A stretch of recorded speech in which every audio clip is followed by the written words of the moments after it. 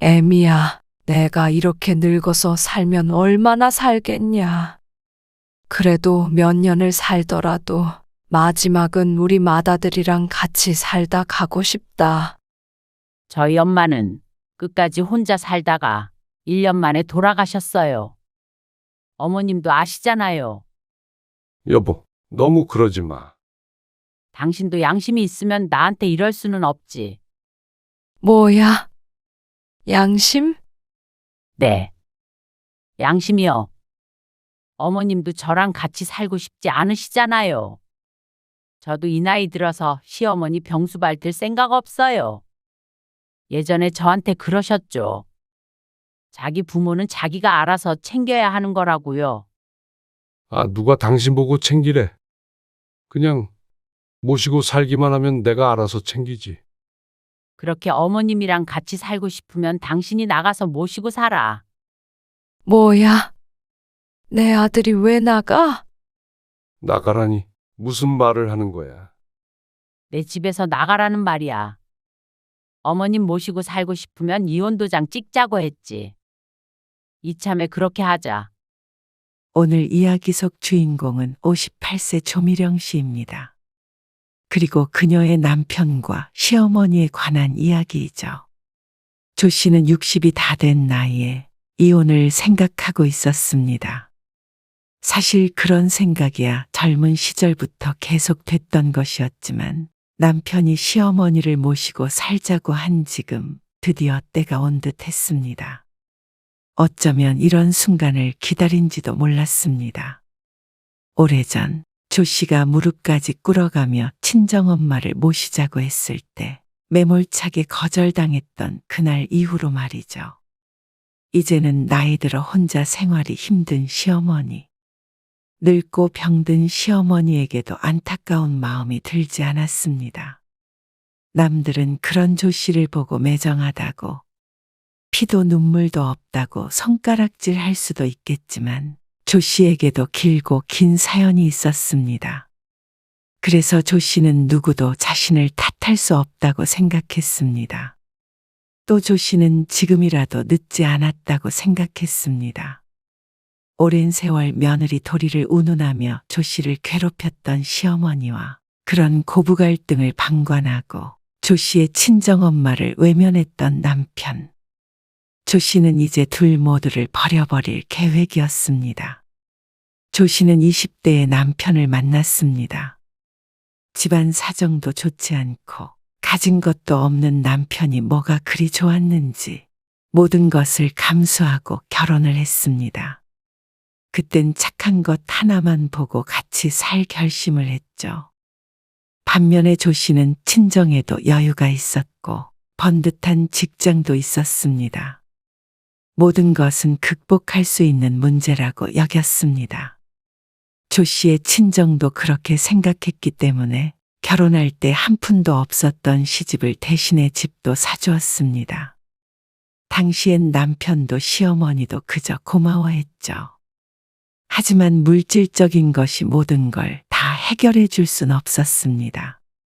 너 진짜 빨리빨리 들어오지 못해? 어떻게 여자가 밖으로 돌고 남자가 애를 봐? 조 씨도 아직 젊었던 지난날 20분 거리에 살던 시어머니는 평일이고 주말이고 구분 없이 아무 때나 찾아왔습니다. 이번에도 연락은 없었고 늘 언제 온다는 예고도 없이 문을 열고 들어왔습니다. 주말에 조 씨가 집을 비우기라도 하면 난리가 났습니다.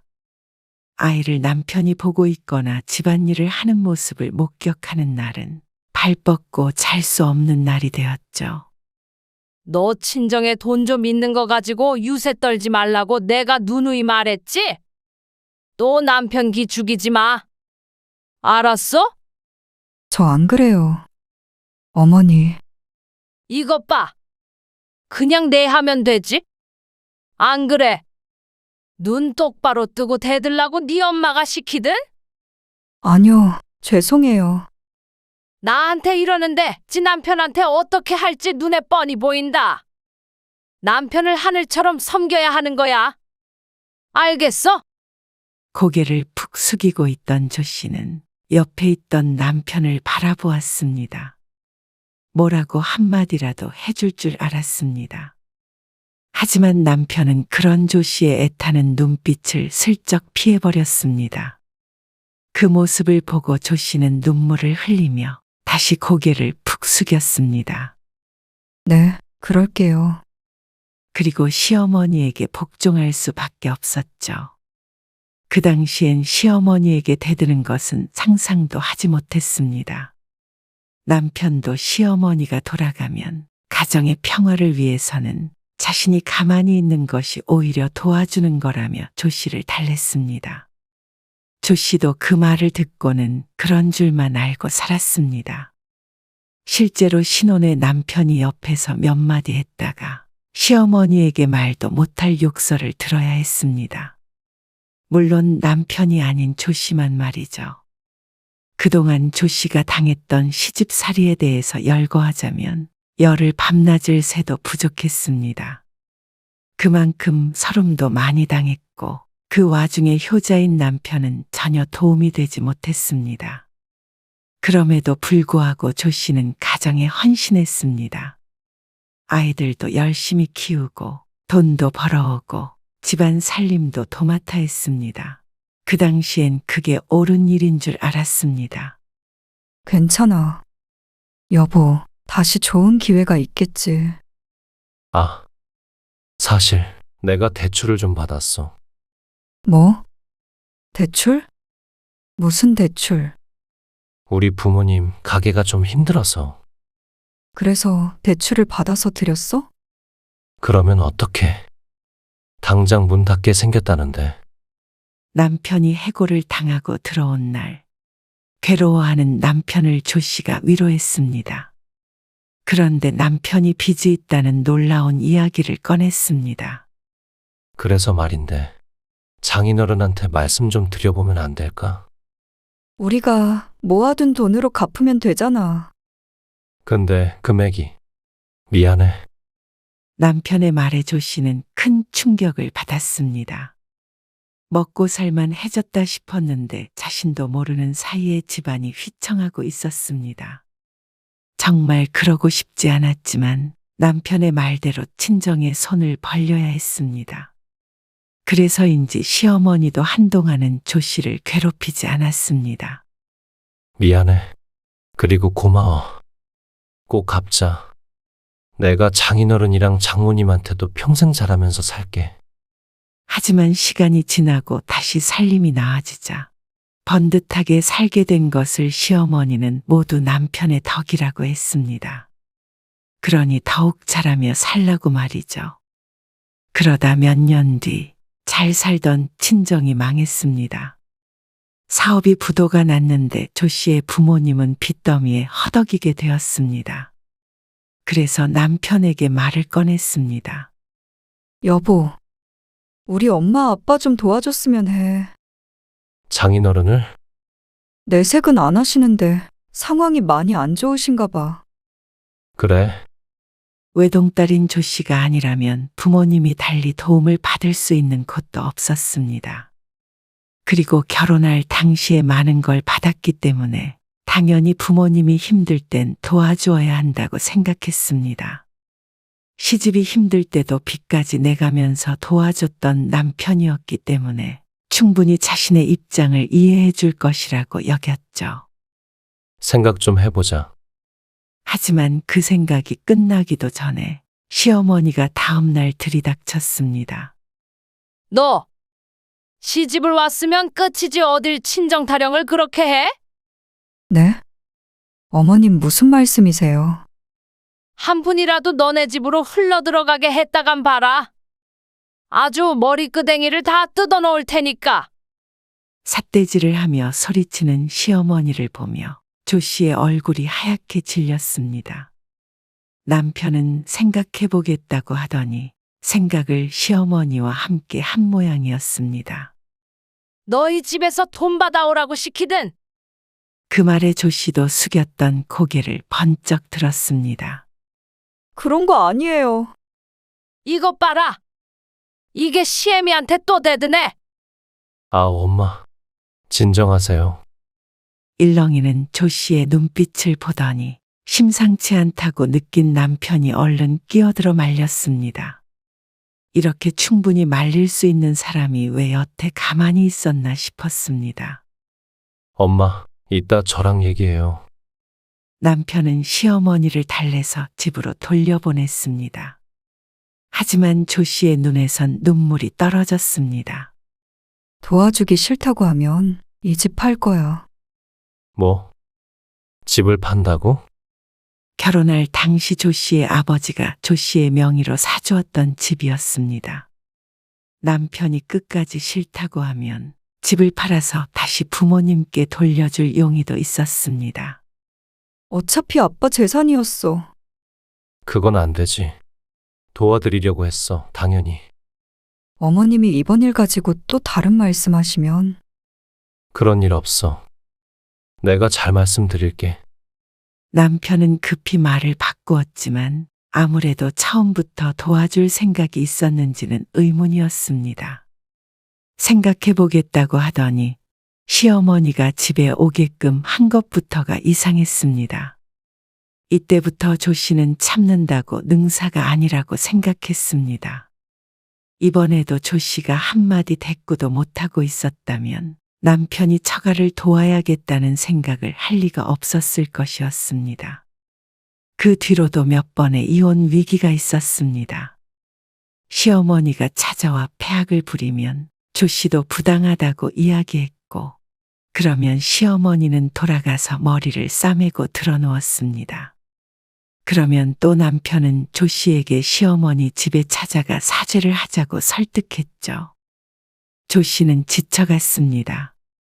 그리고 그러던 와중에 친정에도 큰일이 생겼죠.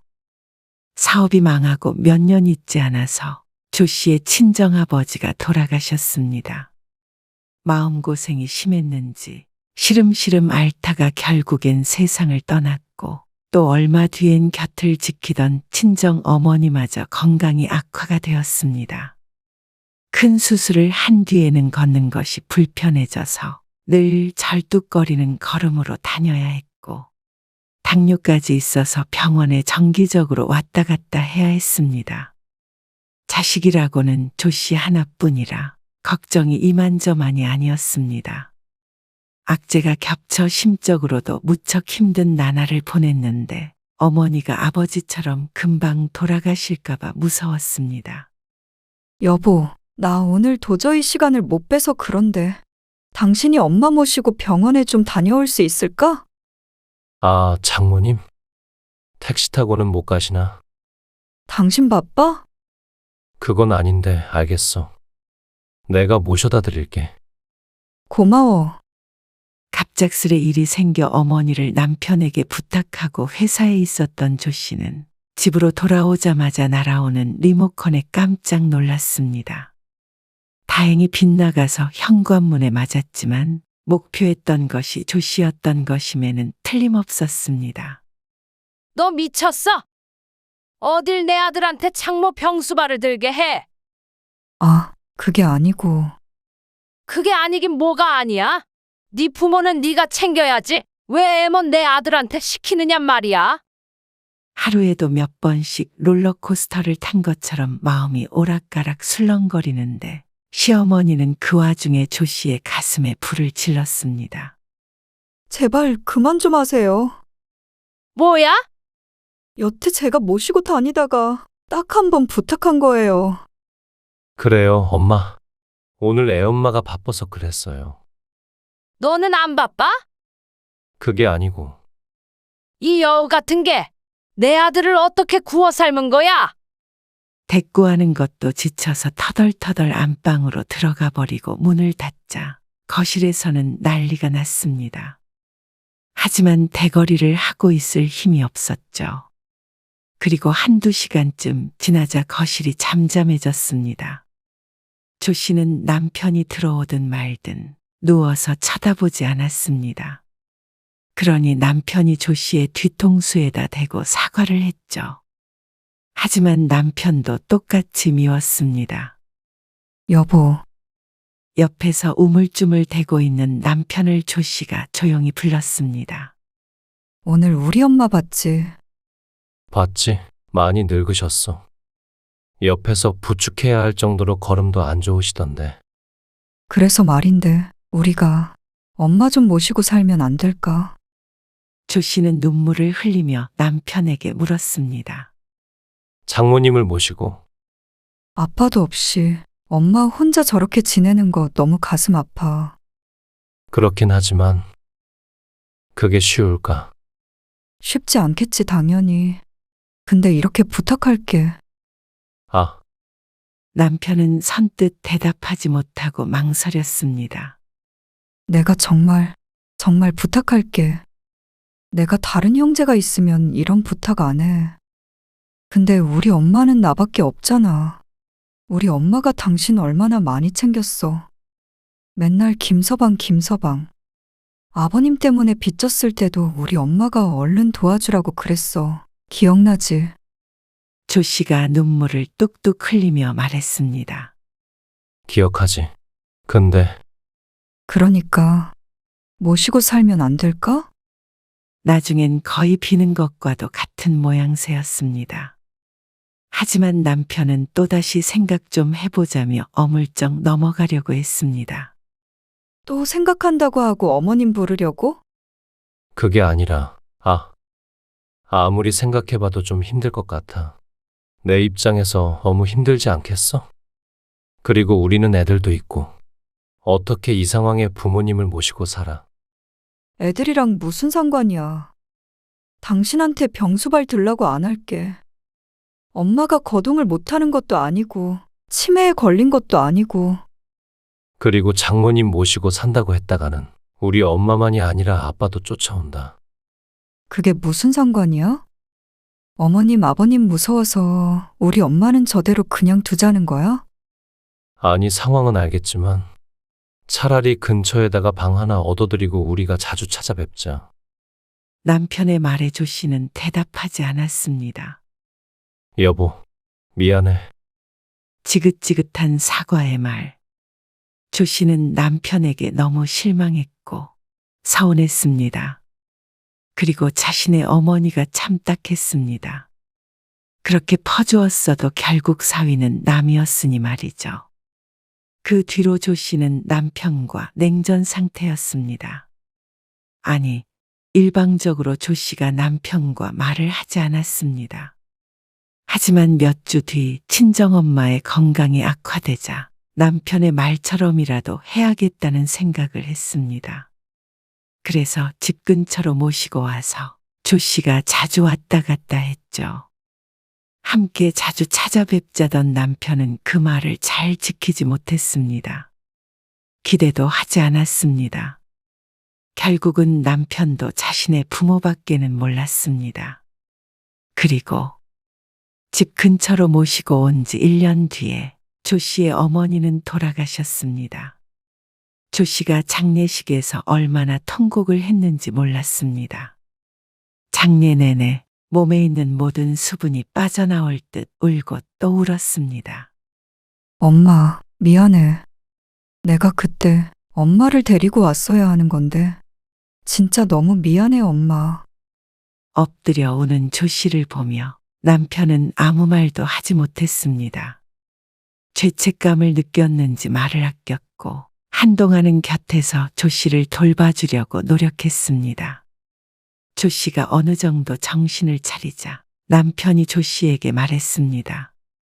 이렇게 빨리 돌아가실 줄 알았다면 나도 그때 모시고 왔을 거야. 남편은 나름대로 미안해서 한 말일지는 몰라도 조 씨는 그 말에 정이 떨어지는 기분이 들었습니다. 어쩐지 남편과 시집 식구들 때문에 자신이 부모를 모두 잃은 것 같은 기분이었습니다. 생각해보면 아버지가 편찮으셨던 것도 다 남편 탓인 것만 같았습니다. 마음 같아서는 당장이라도 갈라서고 싶었습니다. 하지만 아직 어린 자식들을 생각해서 참고 또 참았습니다. 또다시 시어머니가 찾아와서 들볶고 괴롭혀도 그저 한 귀로 듣고 한 귀로 흘렸습니다. 자식들만 보고 살자 생각했습니다. 하지만 때로는 혼자서 아무도 모르게 눈물을 흘리던 나날들도 있었죠. 지금 생각해보면 참 미련했습니다. 시간을 되돌릴 수 있다면 그렇게 살지는 않았을 것 같았습니다. 최소한 자식들이 성인이 되자마자 이혼을 했었어야 했습니다. 가정을 지키고자 했던 마음이 다 부질없는 것이었다는 걸 너무 늦게 깨달아 버렸습니다. 그렇게 세월은 속절없이 흘렀습니다. 조 씨는 곧 환갑을 바라보고 있었습니다. 시어머니도 80세가 넘었고 시아버지는 병환으로 누워있다가 얼마 전에 돌아가셨죠. 그렇게 혼자 남게 된 시어머니. 시아버지가 입원해 있을 때도 그랬지만 시어머니도 건강이 썩 좋지는 않았습니다. 남편이 사남매인지라 형제들끼리 돌아가며 시부모님을 돌봤죠. 이제 시아버지가 돌아가셨으니 시어머니의 거취가 남매 사이의 화두로 떠올랐습니다. 하지만 가장 막중한 책임이 있는 것이 조 씨의 남편이었습니다. 장남이었죠. 다들 난리야. 왜? 엄마 모시고 살면 이혼 도장 찍자고 그런대잖아. 누가? 누구긴 누구야. 다 그러지. 그래, 그럴 수 있지. 그래서 걱정이다. 걱정이야. 나 이따가 외출해. 저녁은 알아서 챙겨 먹어. 알겠어. 그리고 엄마 문제는 그건 나 말고 형제들끼리 알아서 의논해. 그래, 알았어. 분위기가 어떻게 흘러가고 있는지 조 씨도 모를 리 없었습니다. 아마 다들 장남이 알아서 해라 하는 식이겠죠. 하지만 그건 조 씨와는 상관이 없었습니다. 남편도 무슨 말을 하고 싶은지 모르겠지만 알고 싶지도 않았습니다. 그리고 설마 하는 마음도 있었죠. 그 뒤로 남편은 종종 밥을 먹다가도 한숨을 쉬었습니다. TV를 보다가도 한숨을 쉬고는 전원을 끄고 방으로 들어가 버리기도 했죠. 하지만 역시나 조 씨는 그 일에 대해 한마디도 하지 않았습니다. 그러던 어느 날 시어머니가 집으로 찾아왔습니다. 남편이 모시고 왔죠. 애미야, 나 왔다. 네. 오셨어요. 이거 받아라. 이게 뭐예요? 너 예전에 이거 짱아찌 좋아했었잖냐? 언제적 이야기를 하는지 몰랐습니다. 20년도 더 된 이야기였고 한 번도 시어머니가 이런 식으로 조 씨를 챙긴 적은 없었습니다. 짠 건 먹지 않는데 어리둥절한 마음으로 건네는 반찬통을 받았습니다. 이렇게 반찬까지 해올 정도면 건강이 그렇게 나쁘지만도 않은가 보다 생각했습니다. 아이고, 나이가 드니까 반찬도 해먹기가 쉽지가 않다. 조 씨가 시어머니의 말을 잠자코 듣고 있었습니다. 허리도 아프고 당뇨 때문에 아무거나 먹기도 쉽지가 않고. 그리고서는 한참을 어디가 아픈지 나열을 했습니다. 말만 들어서는 당장 입원이라도 해야 할 것 같았습니다. 밥을 먹으면서도 자꾸만 끙끙대는 통에 조 씨도 마음이 불편했습니다. 하지만 불편한 것은 불편한 것이었고 그 말들을 조 씨는 모두 못 들은 척했습니다. 그런데 남편이 갑자기 시어머니를 모시고 온 이유가 있었습니다. 다음 날 남편이 조심스럽게 조 씨를 불렀습니다. 무슨 말을 하려고 이렇게 분위기를 잡아? 그게 엄마 말이야. 어머님이 왜? 우리가 모시고 살면 안 될까? 조 씨는 잘못 들은 것 같아서 남편을 다시 한번 쳐다보았습니다. 그러자 남편이 찔끔한 표정을 짓더니 말했습니다. 장모님 생각하면 염치 없는 부탁인 거 알지만 그렇다고 80 넘은 엄마를 저렇게 혼자 둘 수는 없잖아. 그러다가 무슨 일이 있을 줄 알고. 그나마 자식들에게 잘하고 딴짓하지 않고 가정적인 남편이라 이날 이때까지 참고 살아왔습니다. 그렇지만 그 긴 세월 동안 조 씨의 친정엄마에 대한 이야기는 금기어나 마찬가지였습니다.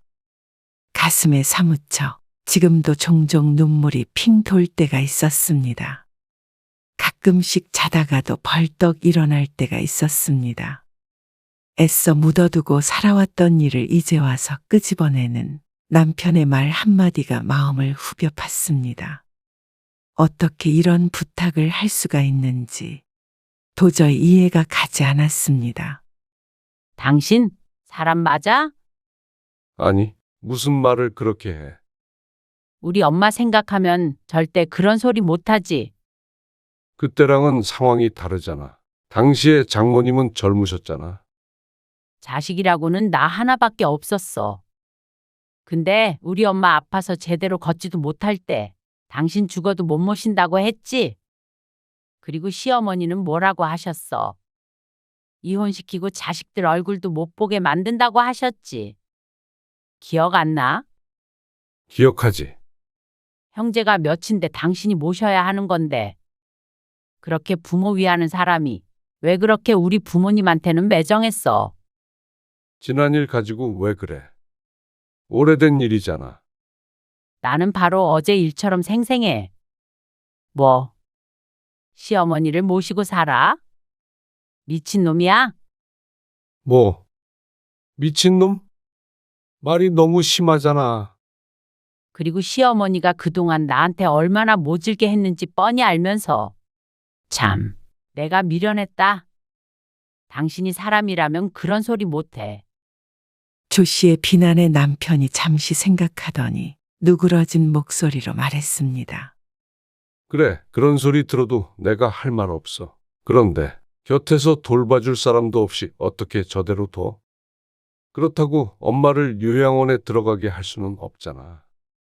당신 말대로 내가 미친놈 맞아. 나쁜 놈 맞고. 그래도 상황이 그러니까 내가 이렇게 부탁하잖아. 남편이 자식 도리 좀 하게 해주라. 뭐, 자식돌이는 당신만 하고 싶어? 요양원에 모시든 당신이 가서 모시든 난 상관 안 해. 그런데 절대 내 집에 못 들여. 그러면 나랑 갈라서기라도 하잔 말이야. 못할 것도 없지. 어머님 모시고 싶으면 다른 형제들처럼 이혼 도장 찍을 준비해. 뭐, 당신까지 왜 이래 정말. 진정하고 차라리 나중에 다시 얘기하자. 남편은 조 씨가 홧김에 한 이야기라고 생각하는 듯 했습니다. 하지만 그 말을 하자마자 오히려 조 씨의 정신이 맑아지는 기분이었습니다. 역시나 진작에 갈라섰어야 하는 사이였습니다. 가슴에 불을 안고 살아갈 이유가 없었는데 말이죠. 그런데 남편은 혼자서 설득은 안 될 거라 생각했는지 또다시 그렇게 아프다는 시어머니를 집으로 데리고 왔습니다. 자꾸 말도 없이 이러지 마. 미리 말했으면 당신이 싫다고 했을 거잖아. 싫은 짓을 왜 하냐고. 도대체 내가 오자고 했다. 금쪽 같은 아들이 핀잔 드는 것은 싫었는지 끼어드는 시어머니. 다짜고짜 조 씨에게 말했습니다. 애미야, 내가 이렇게 늙어서 살면 얼마나 살겠냐. 몇 년을 살더라도 마지막은 그래도 우리 맏아들이랑 같이 살다 가고 싶다. 저희 엄마는 끝까지 혼자 살다가 1년 만에 돌아가셨어요. 어머님도 아시잖아요. 그 말을 하자마자 시어머니의 입이 본드를 붙인 듯 다물어졌습니다. 여보, 너무 그러지 마. 양심이 있으면 나한테 이럴 수는 없지. 뭐야? 양심? 그러자 그새를 못 참고 시어머니가 본색을 드러냈습니다. 그동안 많이 참았다 싶었습니다. 당장 몇 달 전만 하더라도 호통을 치던 시어머니였는데 말이죠. 네. 양심이요. 어머님도 저랑 같이 살고 싶지 않으시잖아요. 저도 이 나이 들어서 시어머니 병수발 들 생각 없어요. 예전에 저한테 그러셨죠. 자기 부모는 자기가 알아서 챙겨야 하는 거라고요. 아, 누가 당신 보고 챙기래. 그냥 모시고만 살면 내가 알아서 챙기지. 그렇게 어머님이랑 같이 살고 싶으면 당신이 나가서 모시고 살아. 뭐야? 내 아들이 왜 나가? 나가라니 무슨 말을 하는 거야? 내 집에서 나가라는 말이야. 어머님 모시고 살고 싶으면 이혼 도장 찍자고 했지. 이참에 그렇게 하자. 뭐, 이혼하자고? 이런 못된 것을 봤나?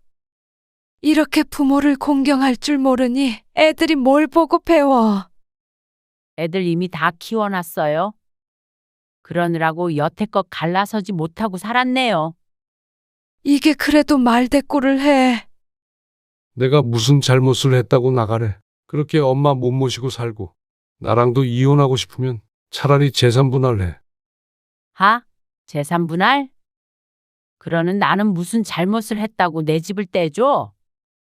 그동안 며느리 노릇, 아내 노릇, 부모 노릇 못한 거 하나 없어. 자식 노릇만 못했지. 이 집, 우리 아버지 살아계실 때 사주신 집인 거 잊었어? 내 명이고 이 집에 대해서 당신이 한 푼도 보탠 거 없어. 그러니까 나가. 아, 여보. 어떻게 그래? 당신이 일을 이렇게 만들었으니까 당신이 사람이라면 몸만 나가. 재산 분할 같은 거 꿈도 꾸지 말고. 당신 왜 이렇게 피도 눈물도 없어? 그런 말 당신한테 들을 말은 아닌 것 같아. 그러자 남편도 할 말이 없을 것이었습니다. 남편은 더는 말을 잇지 않았습니다. 무거운 침묵이 흘렀고 그 와중에 씩씩대는 시어머니의 숨소리만 들렸습니다. 그러는 걸 보면 아직 혼자 살만도 한 것 같았죠. 당신도 이렇게만 말하지 말고 조금만 더 생각을 해줘. 긍정적으로. 엄마, 제가 모셔다 드릴게요. 남편도 차마 조 씨와 이혼을 할 수는 없는 모양이었습니다. 당연했습니다. 자기도 다 늙어서 부모 병수발 들며 살 자신이 있을 리가 없었습니다. 키는 조 씨가 쥐고 있었고 남편은 이 집에 엄마를 모시고 와서 며느리 수발받으며 살게끔 만들고 싶은 것 같았습니다. 어림도 없는 일이었습니다. 절대 그럴 일은 없었습니다. 어쩌면 조 씨의 어머니가 돌아가신 순간 이런 날을 기다려왔는지도 몰랐습니다. 그래서 그 긴 세월 동안 참았던 보람이 이제와 생기는구나 싶었습니다. 너희 부모 병들면 두고 보자 하는 마음이었을까요? 아마 전혀 없었다고 할 수도 없겠죠. 생각은 1초도 아까워. 당신이 가서 사랑하는 어머니 모시고 살아. 조 씨는 남편이 하는 순간에 집 밖으로 쫓아내버렸습니다. 어리버리하는 순간을 놓치지 않았습니다. 현관문 닫히는 소리가 들리자 남편이 당황한 듯 문을 두드렸습니다. 여보, 진짜 이럴 거야? 조 씨는 대답하지 않았고 현관문 밖에서 잠시 말소리가 들리는 듯 하더니 어느 순간 조용해졌습니다. 그리고 자식들을 통해서 이야기를 듣자 하니 시어머니 집으로 잠시 들어간 것 같았습니다. 둘이서 알콩달콩 잘 살았으면 하는 마음이었습니다. 부모에게 효도하고 자식에게 사랑 주고 그렇게 말이죠. 조 씨는 남편의 전화를 차단해버렸습니다. 자식들을 통해서 종종 연락은 왔지만 집 번호키도 바꿔버렸고 남편의 짐은 정리해서 시어머니 집으로 보내버렸습니다.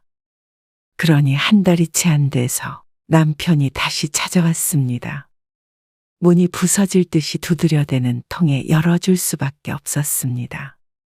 그런데 문이 열리자마자 남편은 무릎을 꿇었습니다. 우영 엄마, 미안해. 내가 잘못했어. 그래봤자 나는 모시고 살 생각 없어. 아니야. 엄마, 요양원에 모시기로 했어. 기가 막혔습니다. 조 씨가 모시고 살지 못하겠다고 하니까 요양원에 보낸다는 말이 참 우스웠습니다. 결국엔 조 씨의 손을 빌어서 효도를 하고 싶은 마음인 모양이었죠. 나는 다시 집으로 돌아올게. 당신 말대로 엄마 안 모시고 살아. 아니, 나는 이미 당신이랑 이혼하기로 했어. 뭐, 엄마가 없어도 생각해보면 어머님보다 당신이 더 나쁜 놈이야. 내가 그걸 외면하고 살았네. 자식이 뭔지 어떻게 보면 어머님 마음은 이해가 가. 자식밖에 없던 분이었으니까. 근데 당신은 그러면 안 됐던 거잖아. 나한테 그러면 안 됐어. 미안해. 내가 이렇게 빌게.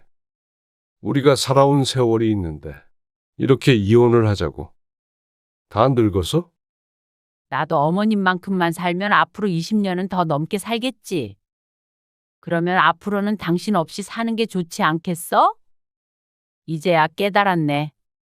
남편이라는 게 남의 편이라서 남편이라며. 평생 당신은 어머님 편이었잖아. 그럴 리가 없잖아. 그리고 엄마는 요양원에 가신다니까. 그런 결정하기까지 나라고 쉬웠는 줄 알아? 어머님이랑 같이 지내는 동안 고생 많이 했나 보지. 꿀먹은 벙어리가 된 남편을 딱한 표정으로 바라보았습니다. 당신은 그래도 복 받은 줄 알아. 나도 시간을 되돌린다면 당신이랑 갈라서고 우리 엄마 모셨어. 여보, 이만 가고. 법원에서 보자. 조 씨는 다시 한번 남편을 쫓아냈습니다. 이제 와서 남편과 얼굴 마주보며 살고 싶지 않았습니다. 남편도 이미 조 씨의 마음을 되돌릴 수 없다는 걸 느낀 모양이었는지 한참을 앉아 있다가 결국 터덜터덜 돌아갔습니다. 아마 시어머니 집으로 들어간 것 같았지만 그마저도 시어머니가 요양원에 갔다면 남편이 독차지할 수는 없을 것이었습니다. 사남매가 나눠 가져야 하는 재산이니 말이죠. 조 씨는 다음에 남편과 이혼을 했습니다. 그 와중에 시어머니는 뒷목을 잡았다고 한 것 같기도 했습니다. 하지만 더 이상은 이것저것 신경 쓰며 살고 싶지 않았습니다. 남은 인생이나마 속이 후련하게 살고 싶었습니다. 남편이나 시어머니의 얼굴을 볼 때마다 떠오르던 친정엄마의 얼굴을 이제는 잊고 싶었습니다. 이혼을 하고 난 후 그래도 부모님이 남겨준 집은 조 씨의 손에 남았습니다.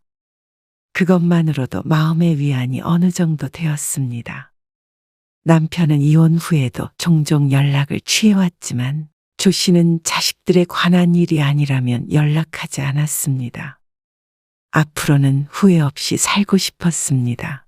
남편은 뒤늦게 후회했지만 이미 조 씨는 떠난 뒤였습니다.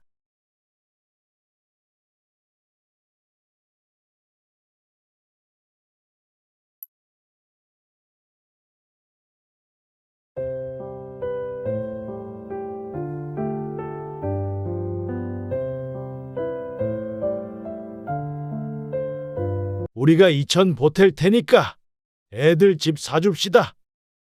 네? 아무리 그래도 남의 집 귀한 딸을 며느리로 들였으면 집 한 칸은 마련해 줘야 하는 거 아닙니까? 지금 무슨 말씀이신지. 아무리 세상이 바뀌었어도 그러는 거 아닙니다. 남자가 집 한 칸 없이 장가가는 경우가 있나? 이 정도 같이 살았으면 집 사줄 정도는 되는 거 아닙니까? 내가 이 동네 토박이인데 들은 것도 있고 살 만큼 사는 것 같은데 그렇게 야박하게 구는 거는 아니죠. 저희는 해줄 만큼 해줬다고 생각하는데요. 그리고 2천만 원으로는 요즘 월세 보증금도 안 돼요. 오늘 이야기 속 주인공은 58세 신정욱 씨입니다. 그리고 그녀의 아들과 며느리에 관한 이야기이죠. 신 씨는 아들을 결혼시킨 것을 너무나도 후회했습니다. 이렇게 될 줄 어렴풋이 알고 있었음에도 불구하고 안쓰러운 마음에 허락했던 신 씨의 잘못이었습니다. 할 수만 있다면 시간을 되돌리고 싶었습니다. 며느리와 그 사돈은 도저히 좋아질 수가 없었습니다. 며느리는 신 씨의 집에 찾아와 상전 노릇을 하고 사돈은 그런 며느리를 조종해서 신 씨의 재산을 탐냈습니다. 그리고 그게 가능한 이유는 신 씨의 아들이 호구였기 때문이었죠. 며느리가 옆구리를 찌르면 아들은 시키는 대로 했습니다. 집을 사달라고 조르는 것도 서슴지 않았죠. 하지만 아들은 호구일지 몰라도 신 씨는 그대로 당해줄 생각이 없었습니다. 애지중지 키운 아들이지만 원하는 대로 해주는 것이 아들을 위한 길이 아닐 것 같았습니다. 그러니 지금 당장은 아들이 고생하더라도 며느리와 사돈의 코는 납작하게 눌러주고 싶었죠. 신 씨는 젊었을 적 남편과 힘들게 살다가 식당을 차렸고 운이 좋아 삶이 크게 바뀌었습니다. 작은 식당에서 시작해서 지금은 꽤나 큰 규모의 식당을 3군데나 운영하고 있었습니다. 매운 갈비찜을 파는 식당인데 인근에서는 모르는 사람이 없을 정도였습니다. 그 정도가 되니 아주 큰 부자는 아니더라도 충분히 넉넉하게 먹고 살 수가 있었습니다. 당신 오늘 올 거야? 아니, 오늘은 추워서 그냥 집에 있으려고. 밥 챙겨 먹을 수 있지? 일주일 내내 혼자 차려 먹었는데 새삼스럽게. 그럼 다음 주에 갈게. 알겠어. 당신도 얼른 쉬어. 신 씨는 남편과 통화를 마쳤습니다. 신 씨는 남편과 따로 살고 있었습니다.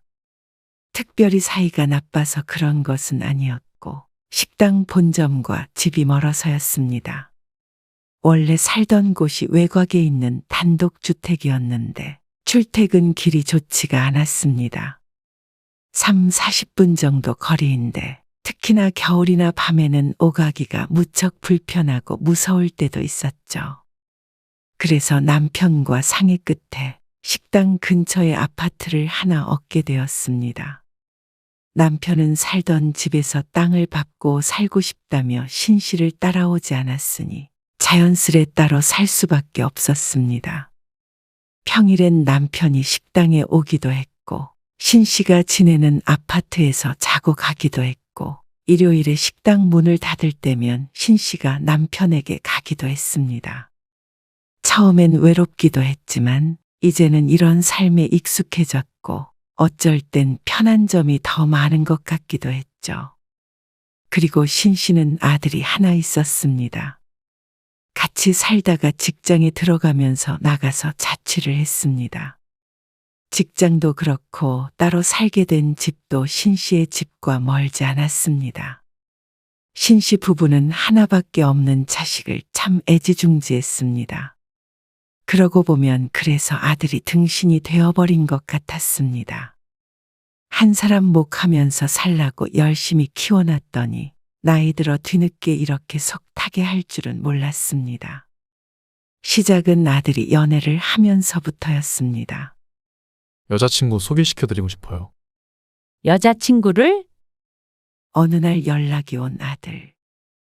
신 씨는 내심 놀랐습니다. 한 번도 아들의 여자친구를 본 적이 없었으니 말이죠. 몇 달 전에 여자친구가 생겼다는 말은 들었지만 소개까지 시켜줄 정도로 진지한 관계인가 싶었습니다. 하지만 궁금하기도 했습니다. 그래. 그러면 한번 만나볼게. 신 씨는 이제 나이가 들어 아들의 애인도 만나보게 됐구나 하고 신기한 마음이 들었습니다. 그래서 설레는 가슴을 안고 약속 장소에 나가게 되었죠. 안녕하세요. 고민경이라고 해요. 아주 예쁘장하게 생긴 아들의 여자친구는 첫 만남에서 고개를 갸웃거리게 했습니다. 대화를 나누면 나눌수록 솔직한 심정으로는 며느리감으로서는 잘 모르겠다는 생각이 들었습니다. 물론 결혼을 허락받으러 온 것은 아니지만 어느 정도 염두에 둘 수밖에 없었죠. 아들의 여자친구 민경은 약간 차가운 것도 같기도 했고 깍쟁이 같기도 했습니다. 그만큼 살가운 면은 적었습니다. 남자친구의 부모를 만나는 자리면 조금 싹싹하게 굴만도 한데 말이죠. 하지만 아들은 그저 좋다고 바보같이 웃었습니다. 누가 보아도 내 아들이 쩔쩔매고 좋아하는 것 같았습니다. 팔은 안으로 굽는다고 그런 모습이 참 좋을 때다 싶으면서도 마음이 마냥 좋지만은 않았습니다. 그런데 밥 먹고 차를 마시면서 여러 이야기를 나누다 보니 놀라운 사실을 알게 됐습니다. 아, 부모님이 거기서 장사하신다고? 네. 알고 보니 민경의 부모님은 신 씨가 아는 사람이었습니다. 직접적인 친분은 없었지만 한 달이 건너서 아는 사이였습니다. 그리고 민경의 부모님을 아는 것은 신 씨뿐만이 아닐 것이었습니다. 그만큼 지역에서 무척 유명한 사람들이었습니다. 물론 나쁜 쪽으로 말이죠. 특히나 아버지 되는 사람은 금전적으로 신용이 좋지 않아 적이 많았고 그만큼 알아주는 싸움달기였습니다. 이건 신 씨의 표현이 아니라 주변 사람들이 수군대는 별명이었죠. 그리고 여자 쪽도 크게 다르지 않았습니다. 아들의 여자친구 앞에서는 티내지 않았지만 속으론 꽤나 당황스러운 상태였습니다. 아주 큰 도시는 아니어도 작은 동네가 아닌데 이런 식으로 만나게 될 줄은 몰랐습니다. 사실 전에 들은 이야기만 하더라도 아들을 못 만나게 할 이유가 충분했습니다. 하지만 연애한 지 얼마 안 된 젊은 남녀를 갈라놓을 자신이 없었습니다. 결혼을 하겠다고 한 것도 아닌데 괜히 자신이 불을 질러 놓을까 싶어서 잠자코 있었습니다. 그래서 별말 없이 차를 마시고 기분 좋게 헤어졌습니다.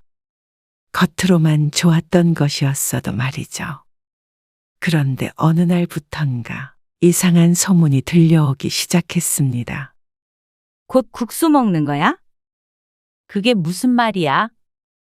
동네 친구의 뜬금없는 질문에 신 씨가 눈썹을 올리자 왜 숨기냐며 팔꿈치로 신 씨를 툭 밀었습니다. 소문이 파다한데 뭘 내숭이야? 아니, 그러니까 뭐가? 아들내미 결혼한다면서. 뭐? 우리 아들? 아니야? 다들 그러던데 미담집 아들 결혼한다고. 나도 모르는데 내 아들이 결혼을 해? 그런데 친구의 입에서 나오는 이름에 신 씨도 깜짝 놀라게 됐습니다. 아들의 여자친구 부모의 이름이었습니다. 아니, 둘이 만난다고는 했는데 그럼 결혼 얘기가 나오긴 했나 보네. 나는 들은 적 없어. 신 씨가 인상을 쓰며 말하자 친구가 머뭇거리며 말을 이었습니다. 나는 그런 줄 알고. 어쩐지 좀 이상하다고는 생각했어. 사실 이런 말까지는 안 하려고 그랬는데 말이 많어. 무슨 말? 아니, 그쪽에서 소문을 엄청 내는 것 같더라고. 영진이가 미담집 외동아들인데 이 집 재산이 많으니까 다 자기 사위 거라고 그러면서 말이야. 그리고 사위 거면 자기 딸내미 거나 마찬가지라고. 자기들도 이제 팔자 폈다고 아주 동네방네 떠들고 다니는 모양이야. 그래서 나는 영락없이 결혼 날짜 잡힌 줄 알았지. 기가 막힌 이야기였습니다. 얘기를 들어보면 신 씨의 아들이 곧 식이라도 올릴 것 같았습니다. 그리고 그 부모라는 사람들은 신 씨의 재산에 아주 지대한 관심이 있어 보였고 말이죠. 소문이라는 것이 건너 오다 보면 와전이 되기 마련이지만 어쨌거나 당사자 귀에까지 들릴 정도면 아니 땐 굴뚝은 아닐 게 분명했습니다. 솔직히 신 씨에게 좋게 들리진 않았습니다. 신 씨도 그 부모에 대해서 어느 정도 알고 있기 때문에 마음에 차지 않았는데 이런 말까지 돈다고 하니 색안경을 끼고 볼 수밖에 없었습니다. 딸을 시집 보내서 팔자를 고치려 하는가 싶기도 했습니다. 물론 신 씨의 재산이 나중엔 결국 외아들인 영진에게 가긴 하겠지만 그걸 가지고 남이 왈가왈부하는 것이 기분 좋을 리가 없었습니다. 그것도 여자친구의 부모가 말이죠. 결혼 얘기 오간 거 없어. 그렇지? 그런 사이는 아닌가 보네. 어지간하면 안 시키는 게 좋지? 무슨 말인지 알지? 그러면서 은근한 눈빛을 보내는데 그 말을 들으니 더욱 무서운 생각이 들었습니다. 그런데 애써 고개를 저었습니다. 아직 일어나지도 않은 일을 가지고 걱정할 필요가 없었습니다. 하지만 몇 달 뒤에 불길한 예감은 현실이 되었습니다. 민경이랑 결혼하려고요. 아들의 말에 뭐라 대답하기도 전에 눈이 질끈 감겼습니다. 올 것이 왔구나 싶었습니다. 혹시라도 헤어지려나 해서 잠자코 기다렸던 것이 실수였던 것 같았습니다.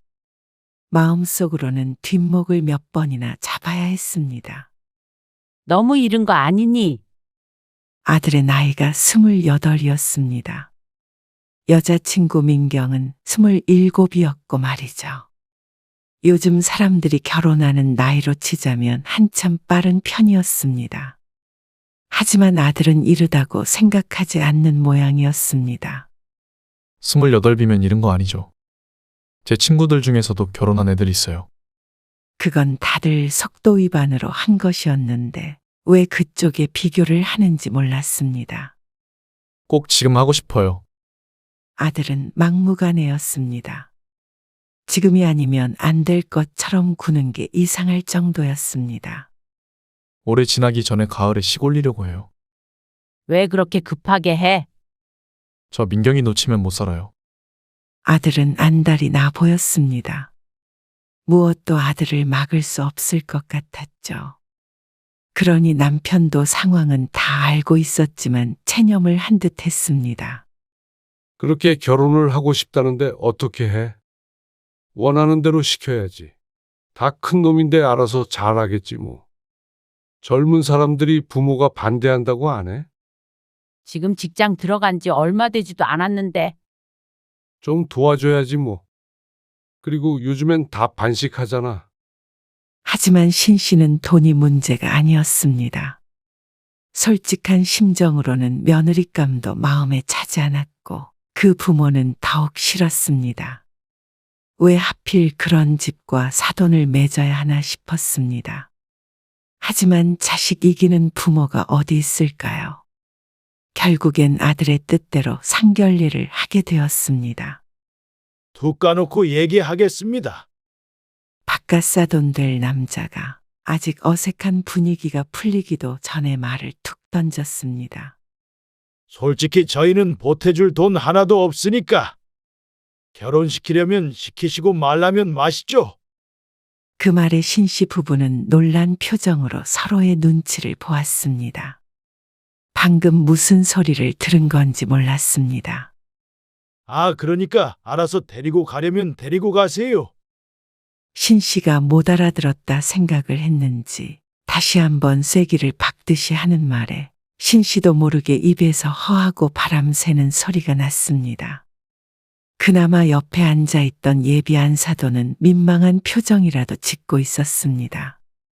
그리고 신씨의 옆에는 고개를 푹 숙인 아들이 보였습니다. 그렇게 자기 사위라도 된 것처럼 떠들고 다니더니 상견례엔 다른 사람이 나온 줄 알았습니다. 하지만 표정을 보아하니 정말로 결혼을 안 시키려는 생각은 없는 듯했습니다. 신씨가 그 소문을 못 들은 줄 알았는지 강짜를 부리고 있었습니다. 그리고 그런 심정이 이해는 갔습니다. 아들이 목을 매는 것이 뻔히 보이니 이렇게 당당하게 나올 수 있는 것이겠죠. 여기서 싫다고 하면 결혼이 엎어지려나 하는 생각이 들었습니다. 속으론 그러고 싶은 마음도 들었습니다. 하지만 고개 숙인 아들의 머리 꼭지를 보니 그런 생각이 쑥 들어갔습니다.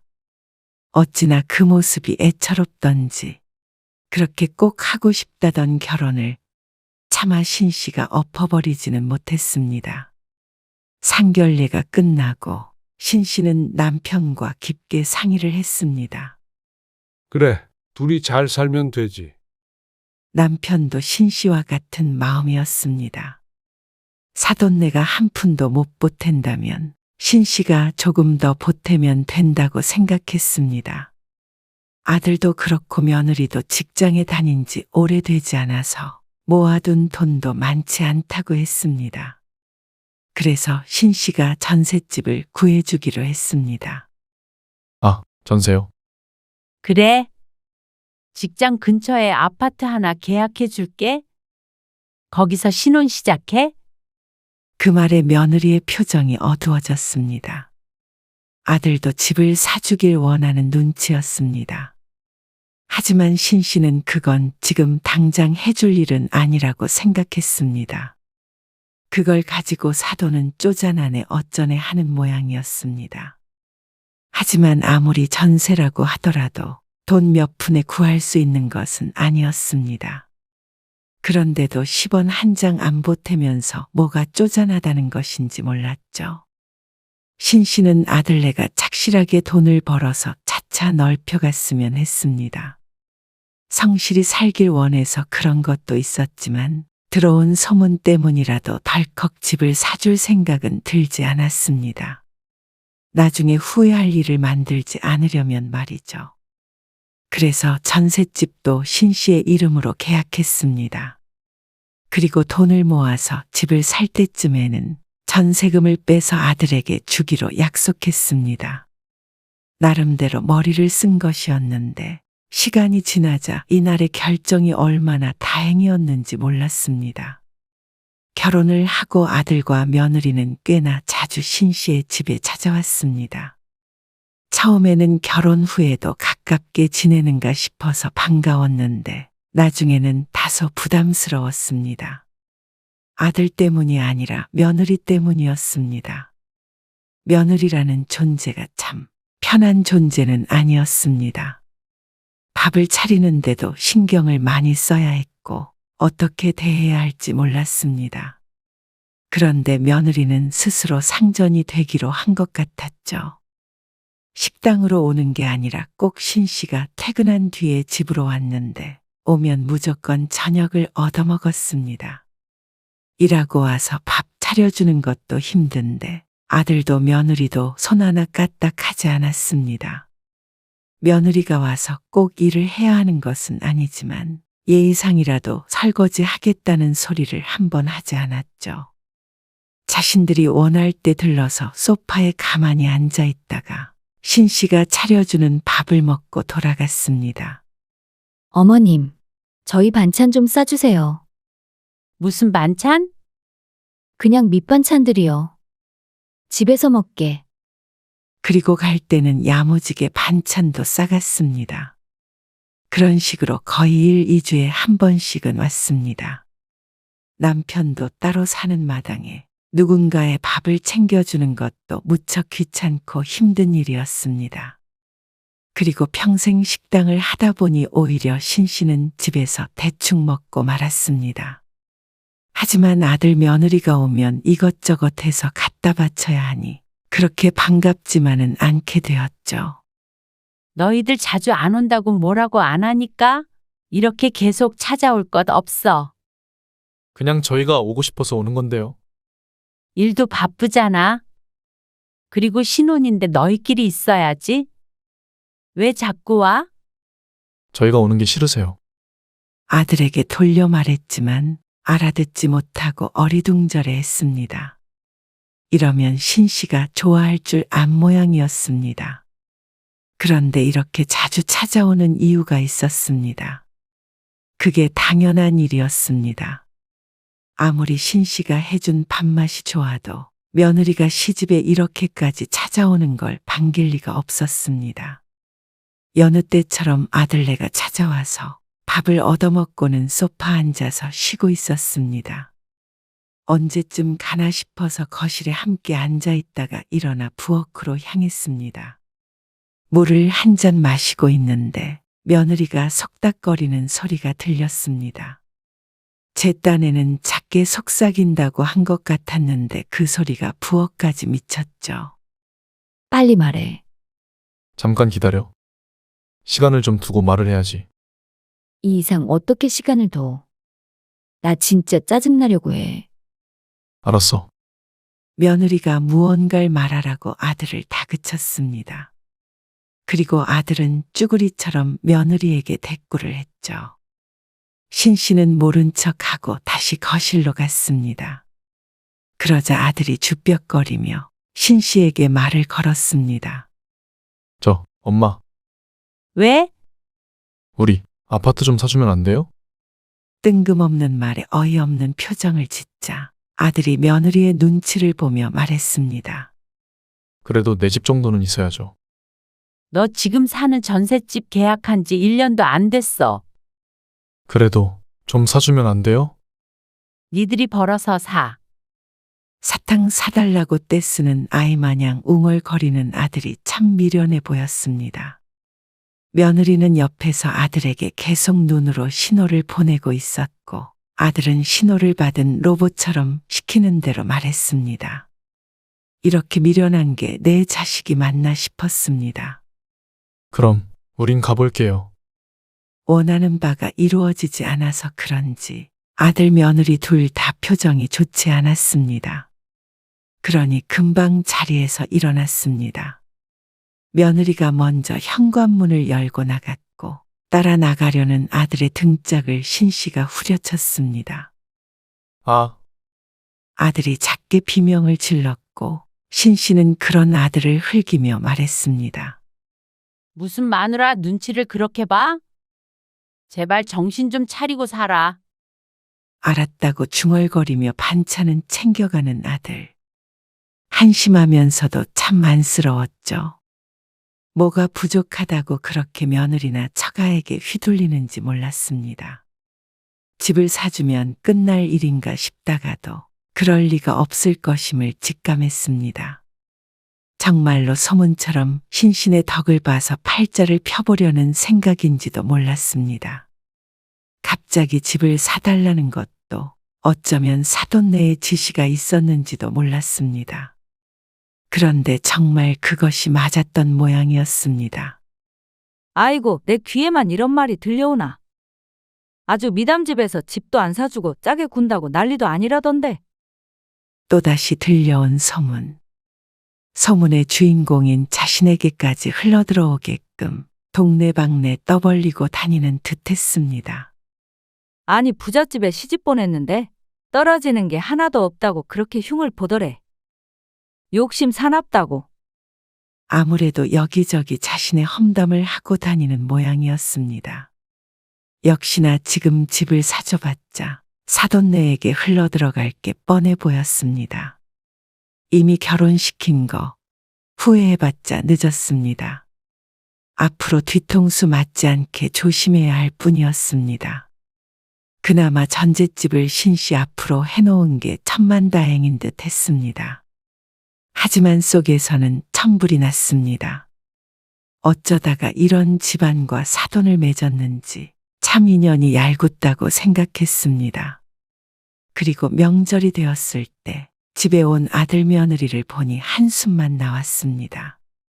소파에 며느리가 앉아 있었고 옆에 아들이 딱 붙어서 앉아 있었는데 부부가 아니라 상전과 넷이 같았습니다.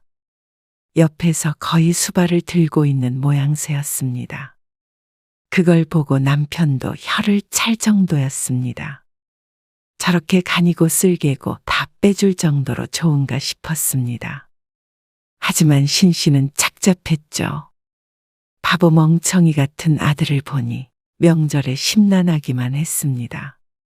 둘 다 똑같이 나이든 부모를 부려먹기만 하고 가만히 앉아서 받아먹기만 하는데 명절에 힘든 것은 부모뿐이었습니다. 그러면서 집은 사달라니 기가 찰 수밖에 없었습니다. 너희 이제 명절에도 오지 말어. 왜요? 꼴 보기가 싫었습니다. 그냥 여행을 가던지 해. 아니면 처가에만 가던지. 그러자 아들이 애교스러운 목소리로 뭐 화가 난 게 있느냐고 물었지만 해줄 말이 없었습니다. 옆에서 며느리는 아무 생각이 없는 듯 신씨의 남편이 깎아놓은 과일이나 포크로 찍어 먹고 있었습니다. 그러다 며느리가 팔꿈치로 아들의 옆구리를 찌르는 게 보였습니다. 지시를 받은 아들은 또다시 신 씨에게 물었죠. 근데 엄마, 진짜 안 사줄 거예요? 우리 아파트. 너희가 사라니까? 그럼 차라리 이 집을 우리 주세요. 뭐야? 엄마는 아빠랑 같이 살면 되잖아요. 엄마가 이사를 왜 했는데? 어차피 차 타고 3, 40분밖에 안 걸리는데 따로 사는 것도 이상하긴 하잖아요. 그리고 혼자 지내시는 것도 무섭지 않으세요? 출퇴근 문제 때문에 어쩔 수 없이 따로 사는 걸 뻔히 알면서도 아들은 이 집이라도 달라고 우겼습니다. 구구절절 준비해 온 말을 하며 신 씨를 설득하려 들었습니다.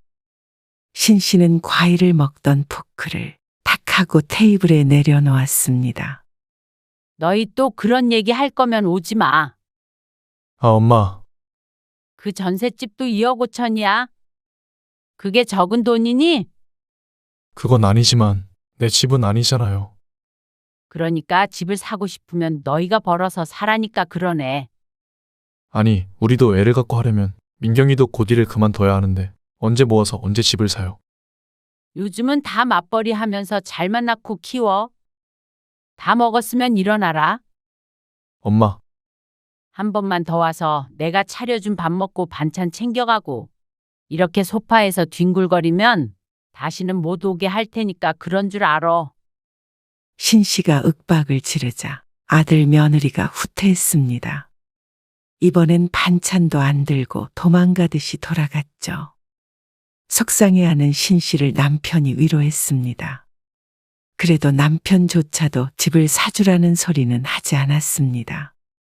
어떻게 될지 불보듯 뻔했으니 말이죠. 그런데 명절이 끝나고 며칠 되지 않아 바깥사돈에게서 전화가 왔습니다. 아니, 무슨 일로? 이렇게 통화를 해본 적도 없기에 어색하게 대꾸했더니 또다시 인사말은 없고 용건만 내뱉는 바깥사돈. 우리가 2천 보탤 테니까 애들 집 사줍시다. 네? 아무리 그래도 남의 집 귀한 딸을 며느리로 들였으면 집 한 칸은 마련해 줘야 하는 거 아닙니까? 며느리를 들이긴 어디에 들였다는 것인지 몰랐습니다. 저들이 따로 잘 살고 있는데 말이죠. 아무리 세상이 바뀌었어도 그러는 거 아닙니다. 남자가 집 한 칸 없이 장가가는 경우가 있나? 이 정도 같이 살았으면 집 사줄 정도는 되는 거 아닙니까? 내가 이 동네 토박이인데 들은 것도 있고 거 살 만큼 사는 것 같은데 그렇게 야박하게 구는 거는 아니죠. 이게 무슨 상황인지 몰랐습니다. 불시에 공격을 당한 듯 신 씨가 할 말을 잃자 바깥사돈이 신이 나서 떠들어댔습니다. 결국엔 있는 집이 한 5억짜리 집은 한 채 해주라는 말이었죠. 그러면서 자신은 2천을 보탠다는 말이 무척이나 당당했습니다. 저희는 해줄 만큼 해줬다고 생각하는데요. 그리고 2천만 원으로는 요즘 월세 보증금도 안 돼요. 그러자 자신을 무시하는 거냐면서 버럭 언성을 높였습니다. 이런 일은 애들 통해서 말씀해 주시면 고맙겠네요. 점점 수위를 더해가는 폭언에 참지 못하고 대화를 끊었습니다. 뭐요? 신 씨가 전화를 끊고 시근덕거리는 숨을 애써 가라앉혔습니다. 아주 삼박자가 완벽했습니다. 며느리는 여우고 사돈은 구렁이고 내 아들은 그냥 맹탕이었습니다. 이래서 앞으로 남은 인생 잘 살아갈 수 있을지 의문이었습니다. 그리고 얼마 뒤에 지치지도 않는지 아들과 며느리가 찾아왔습니다. 하지만 이번에는 신 씨도 생각이 있었습니다. 이 집에서 살고 싶다고 그랬지? 내가 생각해 보니까 그것도 나쁜 방법이 아닌 것 같아서. 정말요? 그래, 네 말대로 혼자 살기도 무섭고. 그래서 차라리 우리가 같이 사는 건 어때? 네. 우리요? 저희랑 엄마요? 그래. 나도 이제 나이도 들었고 식당 일도 힘드니까 집에서는 이제 좀 편하게 며느리가 해주는 밥 먹으면서 살고 싶네. 그러자 며느리 표정이 하얗게 질렸습니다. 늘 새침하게 앉아 있더니 처음 보는 표정이었죠. 아니, 그러는 게 어디 있어요. 요즘 때가 어느 때인데. 어느 땐데? 그러면 집을 공으로 받아가니? 세상에 공짜가 어디 있어. 시집에서 집 해줬으면 며느리도 도리는 해야지. 아들도 효도해야 하고. 그러니까 여기 들어와서 살아. 신 씨의 말에 이 집을 달라는 말은 쏙 들어갔습니다. 그게 싫으면 나도 더 이상 할 말 없어. 다른 집은 사줄 생각 없으니까. 그리고 너희 지금 살고 있는 곳도 말이야. 생각해보니까 공짜로 줄 이유가 없는 것 같아? 월세를 내던가 전세금을 주던가 해. 네? 진짜 왜 그러세요? 아들이 거의 울 것처럼 따져 물었습니다. 이제는 이 집에 찾아오지 말고 계좌이체만 해. 진심으로 하는 말씀이세요? 당연한 거 아니야? 그 집은 저희 신혼집으로 해주신 거잖아요. 근데 너희가 그 집이 너무 싫은 것 같으니까 하는 소리지. 그렇게 그 집이 마음에 안 차면 나가서 너희가 직접 사. 며느리가 하도 찔러대는 통에 아들의 옆구리엔 구멍이라도 날 것 같았습니다. 어쩜 저렇게 얌체 같은 며느리가 있나 싶었습니다. 결혼한 지 얼마나 됐다고 시집에서 돈 뜯을 궁리만 하는지 몰랐습니다. 그러면 차라리 시부모에게 잘해서 마음을 움직여야지. 상전 노릇은 상전 노릇대로 하고 아들을 꼬셔서 쉽게 얻어가려고만 했습니다. 그 속셈이 뻔히 보이니 며느리가 곱게 보이지 않았습니다. 아들이 모자란 것은 말하면 입만 아프고 말이죠. 이쯤 되니 아들에게는 안 주는 것이 아들을 살리는 길이라는 생각마저 들었습니다. 그러니 난리가 났습니다. 살던 집에서마저 쫓아낼 것처럼 군이 사돈네도 열이 받은 것 같았습니다. 이혼을 시키네 만회한다는 소문이 또다시 귓가에 전해졌습니다. 하지만 조금도 위협이 되지 않았습니다. 아들만 괜찮다면 솔직히 그 편이 아들의 인생에 낫다고 판단됐습니다. 신 씨가 눈 하나 깜빡하지 않자 나중에는 아들 며느리가 찾아와서 사과를 했습니다. 그냥 그 집에서 살게요. 근데 그 전세금은 나중에 주시는 거 맞죠? 그제서야 신 씨의 명의로 계약한 집이 마음에 걸리는 듯했습니다. 그냥 사는 게 어디 있어. 최소한 월세는 내고 살아야지. 월세요? 그 집 정도면 100만 원 정도는 줘야 하지 않을까 싶은데. 아, 정말 왜 그러세요?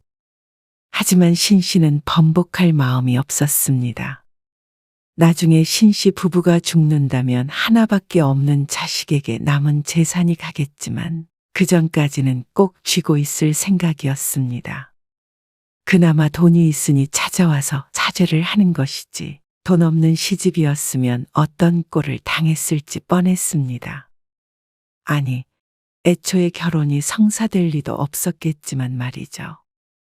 아들이 이런 결혼을 한 것도 결국 자신의 선택이었으니 스스로 책임을 져야 했습니다.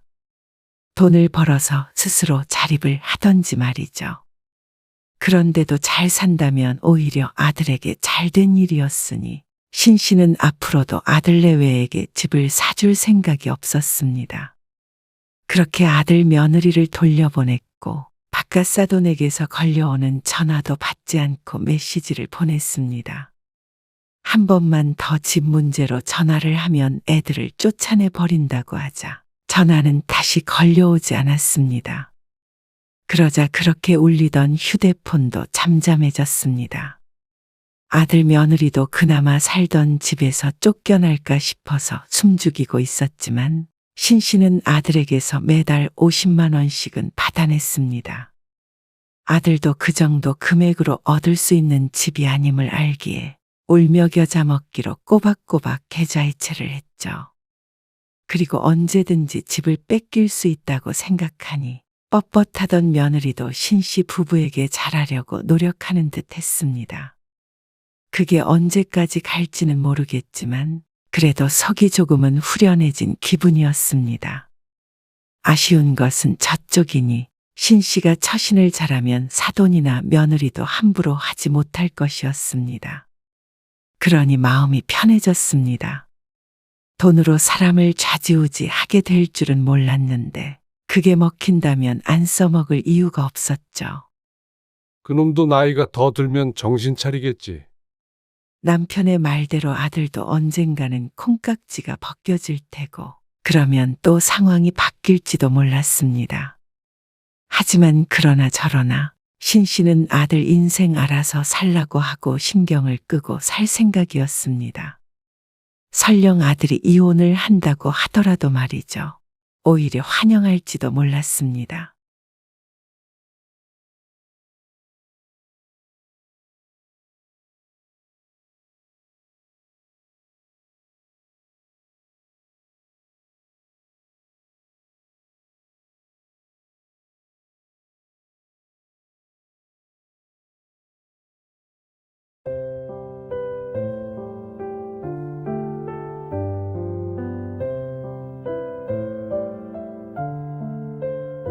엄마 아빠가 낮에 좀 따뜻하게 있는 게 그렇게 싫었어? 그래봤자 1년 중 서너 달이야. 나도 그러면 할 말 많아. 어떻게 자식이 부모 집에 사는데 관리비를 내라고 해? 다들 그냥 합쳐서 살아. 그리고 자식이 들어와서 모시고 산다고 그러면 오히려 고마워한다고. 함께 살아서 엄마 아빠가 좋은 게 뭐가 있었는데? 추워서 병나고 엄마는 너 수발 들다가 골병 나게 생겼는데. 그리고 네가 우리를 모시고 살아? 입은 삐뚤어졌어도 말은 바로 해야지. 진주, 네가 얹혀 사는 거잖아. 그게 그거 아니야? 그리고 엄마 아빠 더 늙으면 누가 돌보는데? 나잖아. 그래. 그리고 더 병들면 요양원에나 넣어놓고 이 집은 네 앞으로 해놓으려는 거지. 이렇게는 더 이상 못 살겠으니까 이만 나가라. 그리고 엄마 아빠 죽어도 너는 한 푼도 받을 생각 마라. 뭐? 고작 보일러 때문에 이러는 거야? 고작 몇만 원 때문에 보일러도 못 틀게 한 네가 할 소리는 아닌 것 같다.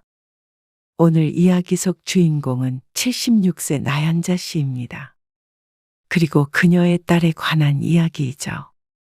나 씨는 일찍이 자식들을 독립시켰지만 최근 들어 다시 딸과 함께 살게 되었습니다. 나 씨의 아픈 손가락이었죠. 40 넘은 나이에도 아직 미혼인 딸이 나 씨의 집에 들어와 산다기에 반대하지 못했습니다. 늘 혼자일 딸을 생각하니 안쓰럽기도 했고 나 씨 부부도 늙음하게 자식과 함께 지내면 좋지 않을까 생각했죠. 하지만 그게 잘못된 선택이었다는 것을 1년도 안 되어 느끼게 되었습니다. 나 씨는 내 딸이 이런 사람이었나 싶었습니다. 공과금 일부를 부담하게 하니 집을 냉골로 만들어버리는 딸.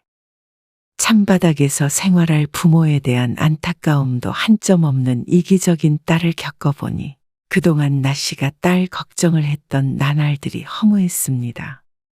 이런 자식이 뭐가 그리 예쁘다고 평생 끌어안고 살 생각을 했는지 후회가 되었습니다. 그리고 딸이 나 씨의 집에 들어온 이유를 우연히 알게 되자 가슴이 콱 막힌 듯 답답하고 괴로웠습니다. 그래서 나 씨는 고민 끝에 딸에게 독립을 요구하게 되었습니다. 나 씨는 아들 하나 그리고 딸도 하나가 있었습니다. 나 씨 부부는 워낙 힘들게 살아왔기 때문에 자식들은 그 고생을 시키지 않기 위해서 인생을 자식들 교육에 전부 바쳤다고 봐도 과언이 아니었습니다. 그래서 다음 때에서는 좀 더 편히 살 수 있는 환경을 만들어주고 싶었죠. 그래서 나 씨 부부는 평생 허리띠를 졸라매고 자식들을 공부시켰습니다. 덕분에 아들도 딸도 우리나라에서 손꼽히는 대학에 들어갔습니다. 당시엔 주변 사람들 모두 부러워했죠. 그래서 나 씨 부부의 뜻대로 자식들은 좋은 직장에 들어가서 앞으로 별 탈만 없다면 먹고 사는데 큰 걱정은 안 하고 살 수가 있었습니다. 그렇게 자식들을 키워내는 동안에는 나씨 부부의 노후 대비는 늘 이순이가 되었습니다. 그래서 자식들이 크고 나서야 뒤늦게 돈도 모으고 미래 대비를 조금씩 할 수가 있었습니다. 그러니 자식은 모두 잘 됐지만 나씨 부부의 인생이 극적으로 바뀐 것은 아니었습니다. 하지만 그래도 나씨 부부는 마냥 좋았습니다. 인생과 맞바꿔서라도 자식들이 잘 되길 바랬으니 말이죠. 다행히 그걸 자식들도 모르지 않는 것 같았습니다. 저 내년쯤에 식 올리려고 해요. 정말? 너무 잘 됐다. 아들이 31가 되자 만나던 아가씨와 결혼을 하겠다고 했습니다. 3년 정도 교제를 했기 때문에 나씨도 잘 알고 있었습니다. 그래서 나씨도 남편도 아들의 결혼 소식을 무척 반겼습니다. 같은 직장에 다니고 있는 1살 어린 아가씨였는데 참 착했죠. 하지만 아들에게 그 이야기를 들은 나씨 부부는 그때부터 고민이 커졌습니다. 자식들 결혼시키는 것은 늘 마음속에 숙제처럼 남아있는 문제였습니다. 그래서 노후 대비를 하면서도 자식들 집 한 칸 마련하는 것에 조금이라도 보탬이 되고자 따로 모아두고 있던 참이었죠. 하지만 막상 아들이 결혼할 때가 되자 이 정도로 될까 싶었습니다. 능력 닿는 한에서 최대한 해주고 싶은 것이 부모의 마음이었습니다. 이거 전세금에라도 좀 보태. 나씨가 집으로 찾아온 아들에게 돈이 담긴 통장을 쓱 밀었습니다. 그러자 아들이 통장은 열어보지도 않고 다시 나씨에게 밀어주었습니다. 저도 모아둔 돈 있어요. 그건 그거고 이거 가져가서 보태라는 말이지. 남편의 말에도 아들은 고개를 가로저었습니다. 아니에요.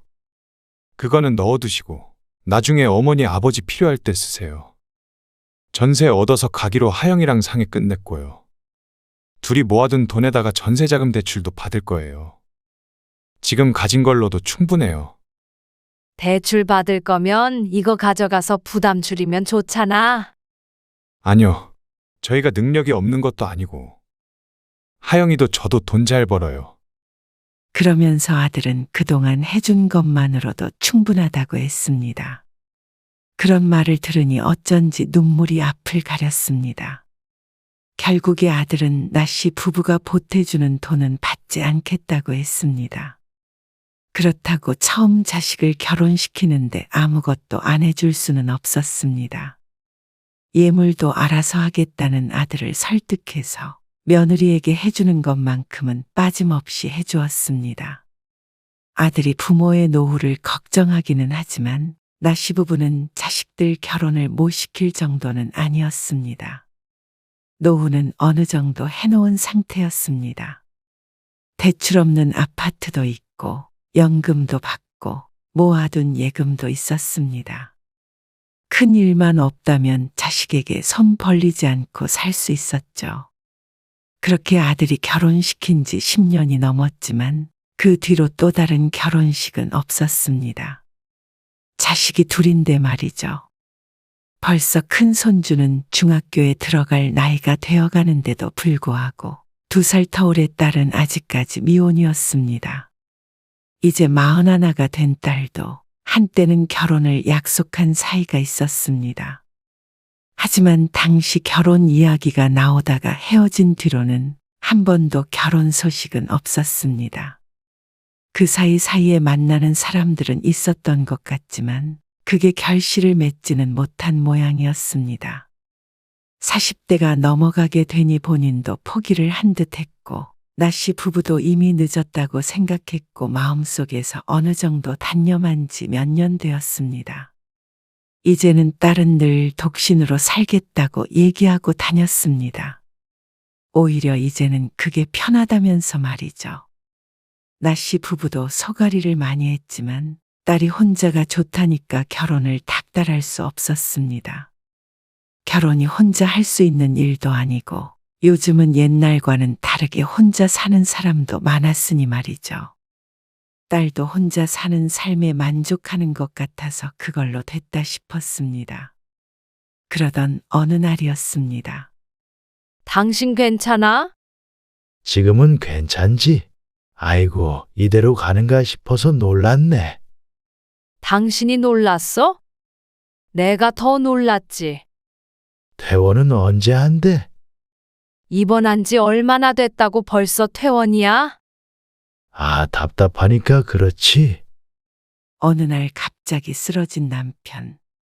나 씨가 빨리 발견해서 큰일은 없었지만 수명이 10년은 줄어든 기분이었습니다. 천만다행이네요. 아들도 놀라서 달려왔습니다. 아들의 말처럼 천만다행이었습니다. 쓰러지면서 어디를 부딪혔다거나 나 씨가 집에 없었더라면 지금 이렇게 마주보고 있을 수 없었을지도 몰랐습니다. 어머니도 건강에 신경 쓰셔야 해요. 그래, 그래야지. 아들 말처럼 나 씨 또한 걱정이 되었습니다. 나 씨도 이제는 병원에 들락날락해도 이상할 나이가 아니었으니 말이죠. 걱정 말어. 내 건강도 그렇고 아버지도 엄마가 잘 신경 쓸 테니까. 하지만 아들이 걱정할까봐 싶어서 밝게 이야기했습니다. 그리고 딸도 걱정이 됐는지 찾아와서 한참 이야기하다가 돌아갔습니다. 며칠 뒤에 남편이 퇴원한 뒤에 아들과 딸이 아버지 좀 살핀다며 집으로 다시 찾아왔습니다. 함께 식사를 하고 앉아서 얘기를 하는데 딸이 갑자기 직장 얘기를 꺼냈습니다. 엄마, 나 이번에 이직하려고 그러거든. 왜? 지금 회사 좋잖아. 갑작스러운 딸의 말에 나 씨가 되물었습니다. 힘들어서 못하겠어. 일이 많아? 당연하지. 그래서 몇 달은 일 쉴 거야. 그리고 나서 조금 더 작은 회사에 들어가던지 하려고. 그래도 괜찮겠어? 어차피 딸린 자식도 없는데 뭘. 스트레스 받아서 더 이상 못 다니겠어. 돈 좀 덜 벌면 어때? 그냥 좀 편히 살래? 어지간하면 다니지 그래. 아무리 자식이 없어도 혼자 살려면 돈이 필요하잖아. 아들의 말에 딸은 아랑곳하지 않았습니다. 그래. 원하는 대로 해야지 뭐. 딸이 알아서 잘 결정했겠거니 싶어서 나 씨는 고개를 끄덕였습니다. 그런데 문제는 그것이 아니었습니다. 근데 이참에 이사도 할까 싶어. 이사? 응. 엄마 집으로 들어올까? 벌써 딸이 나가서 산 지가 10년이 넘었습니다. 그런데 갑작스럽게 김 씨의 집으로 돌아오겠다는 말에 조금 당황스러웠죠. 아빠도 이번에 쓰러지기도 했고. 나중에 엄마도 아프면 어떡해? 나도 생각이 좀 많아지더라고. 그것 때문에 들어오겠다고? 우린 괜찮아. 그냥 이래저래 서로 좋지 않을까 싶어서. 나도 혼자 밥 해 먹는 것도 지겹기도 하고. 이직하면 아무래도 경제적으로는 좀 아끼긴 해야 하니까. 너 불편하지 않겠어? 나는 별로? 엄마 아빠는 불편해? 사실 전혀 불편하지 않다고 하면 거짓말이었습니다. 딸이 독립하기 전까지 뒷바라지했던 기억이 결코 쉬운 것은 아니었으니 말이죠. 딸은 나 씨 부부가 걱정돼서 들어오겠다고는 했지만 어쩐지 돌보는 일이 서로 반대가 될 것 같은 느낌이었습니다. 하지만 자식이 집에 들어와서 살겠다고 하는데 반대할 수는 없었습니다. 그러자 오피스텔에 살던 딸이 당장 집을 정리하고 들어오겠다고 했죠. 하지만 아들은 어쩐지 걱정스러운 듯 했습니다. 그러다 오히려 어머니 아버지가 골병이라도 드시는 거 아닌가 모르겠어요. 내가 같이 사는데 왜 엄마 아빠가 골병이 들어? 너 또 어머니 부려먹을 거 아니야. 내가 애야? 그럼 너 월세는 얼마씩 낼 건데? 월세? 부모님 집에 사는데 왜 월세를 내? 그럼 공짜로 살아? 월세를 내든 뭐를 내든 들어가서 사는 데 있어서 어느 정도 부담은 하게 해야 맞지. 밥도 먹을 거고 공과금도 늘 거 아니야. 같이 사는 게 쉬운 게 아닌데 너도 책임감은 있어야지. 아니, 엄마는 가만히 있는데 왜 오빠가 그래? 너무 매정하잖아. 뭐가 매정해? 상식적으로 원래 내던 월세라도 내야지. 학생도 아니고. 듣고 보니 아들 말도 일리가 있었습니다. 월세까지는 아니더라도 최소한의 생활비는데. 하다못해 관리비나 공과금 같은 거라도 어머니도 꼭 받으세요. 아들은 강경했습니다. 그 정도도 안 낼 거면 같이 살면 안 된다고 말이죠. 아, 알았어. 내가 그러면 매달 공과금 낼게. 가습이랑. 그럴래? 그건 많이 나오지는 않으니까. 참나? 됐지? 나 씨도 이 정도면 합리적인 제안이라고 생각했습니다. 전기나 가스를 많이 쓰지 않으니 한 달 공과금이 그리 많이 나오지 않았습니다. 딸이 나가서 살며 내야 하는 비용보단 훨씬 적을 것이었습니다. 그리고 너 어머니 부려먹지 말고. 아, 안 그런다니까. 그렇게 한 달이 안 되어서 딸은 나 씨의 집으로 들어오게 되었습니다. 엄마, 나 오늘 일찍 퇴근해. 저녁 집에서 먹을 거야. 그래. 알겠어. 그리고 어제 벗어놓은 바지는 세탁기 돌리면 안 돼. 손빨래 해야 해. 그러고서는 급하게 나가는 딸. 나 씨도 아들도 걱정했던 것이 이런 것이었습니다. 나 씨는 나이 70이 넘어서 뒤늦은 자식 뒷바라지를 해야 하는 상황이 되었습니다. 하지만 처음부터 이랬던 것은 아니었습니다. 딸이 회사를 그만두고 집에서 3개월 동안 쉬었는데 그때는 나 씨가 밥을 먹을 때 숟가락 하나 정도 더 놓으면 됐었고 딸도 자신의 빨래는 스스로 했었습니다. 하지만 다시 직장에 나가게 되면서 딸은 점점 집안일에 손을 놓게 되었습니다. 밥은? 차려놨으니까 얼른 씻고 와. 된장찌개 끓였어? 낮에 전화로 된장찌개 끓여놓으라며. 나 씨는 군 식구가 늘어난 집안 살림을 혼자 도맡아 해야 했습니다. 거기에 더해 남편도 자꾸 병원 갈 일이 생기니 미칠 노릇이었습니다. 나는 엄마 집에 들어오길 잘한 것 같아. 딸은 그런 나 씨의 속도 모르고 말했습니다. 퇴근 후에 나 씨가 차려주는 밥을 먹으면서 말이죠. 이런데 시집은 뭐 하러 가? 그래도 좋은 사람 있으면 가야지. 좋은 사람 없어. 나는 그냥 평생 이렇게 살래. 그러면 살림도 돕고 해. 일하는데 어떻게 거기까지 신경 써?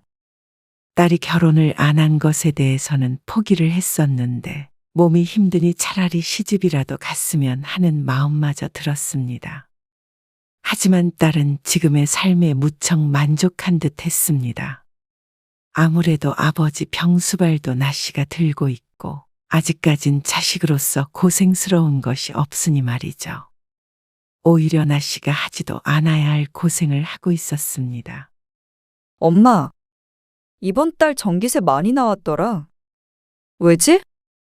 에어컨도 안 틀었잖아. 전기세가 많이 나와? 이것 봐. 작년에 비교했을 때 훨씬 높게 나왔지.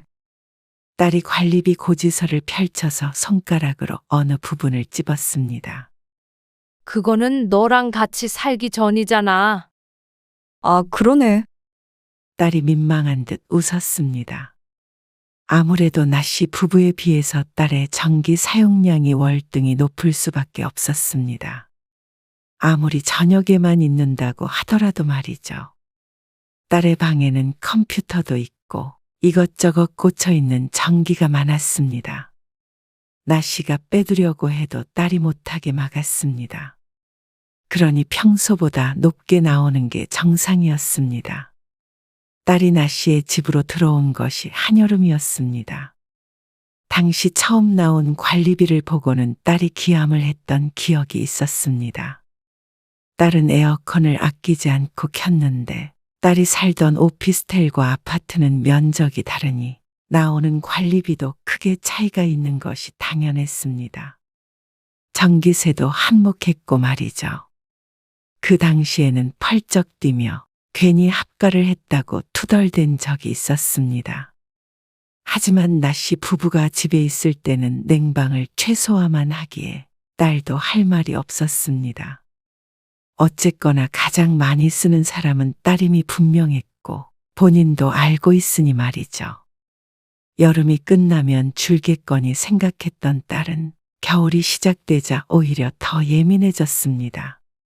나씨 부부는 오히려 냉방은 조금 덜하고 살아도 난방을 안 하면 집이 13도, 14도까지 내려가기에 난방은 늘 하고 살아야 했습니다. 물론 딸과 함께 살면서 난방비는 더 나왔습니다. 실내에서는 늘 반팔 반바지를 입고 살았으니 조금이라도 추우면 견디지 못하는 딸 때문이었습니다.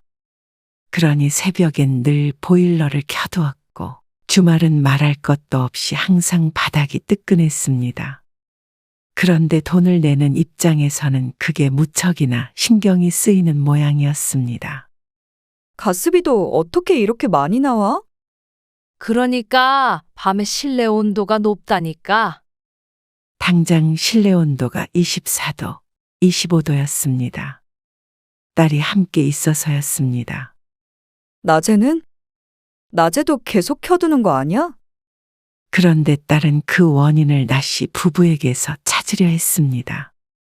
낮에도 가끔 틀긴 하지 당연히.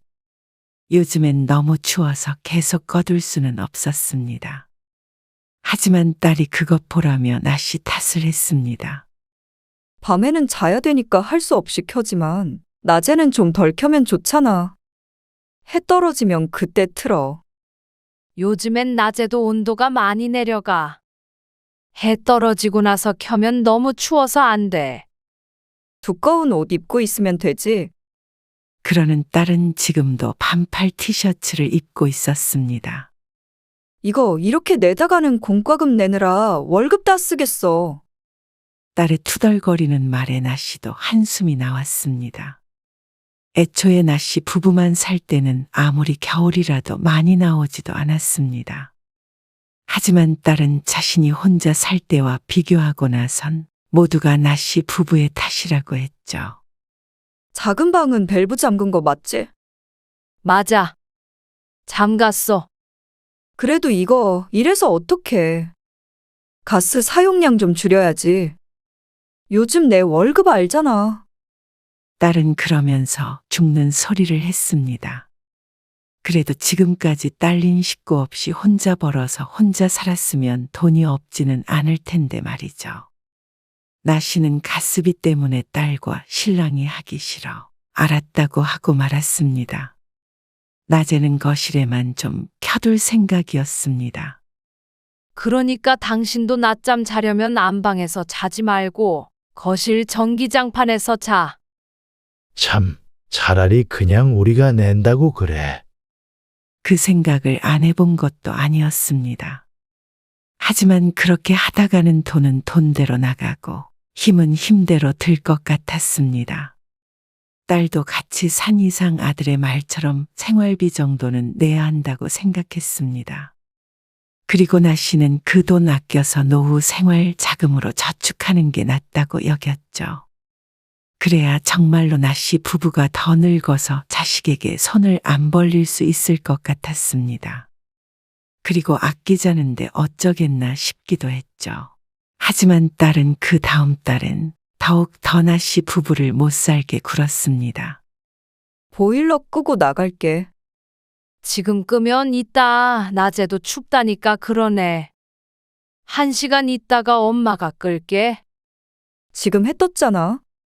끄고 갈게. 뭐라도 하나 더 걸치고 있어. 딸은 출근하면서 보일러를 제 손으로 끄고 나갔습니다. 처음에는 알아서 하겠다고 했지만 한파가 오자 벌써부터 가스비가 걱정이 되는 모양이었습니다. 진주 나갔지? 이거 보일러 좀 켠다. 아이고, 또 고지서 보고 몰래 켰네 어쨌네 할까봐 무섭네. 그래도 어떡해?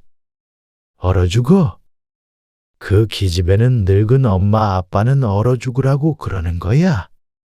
아, 왜 이상한 걸로 고집을 부려?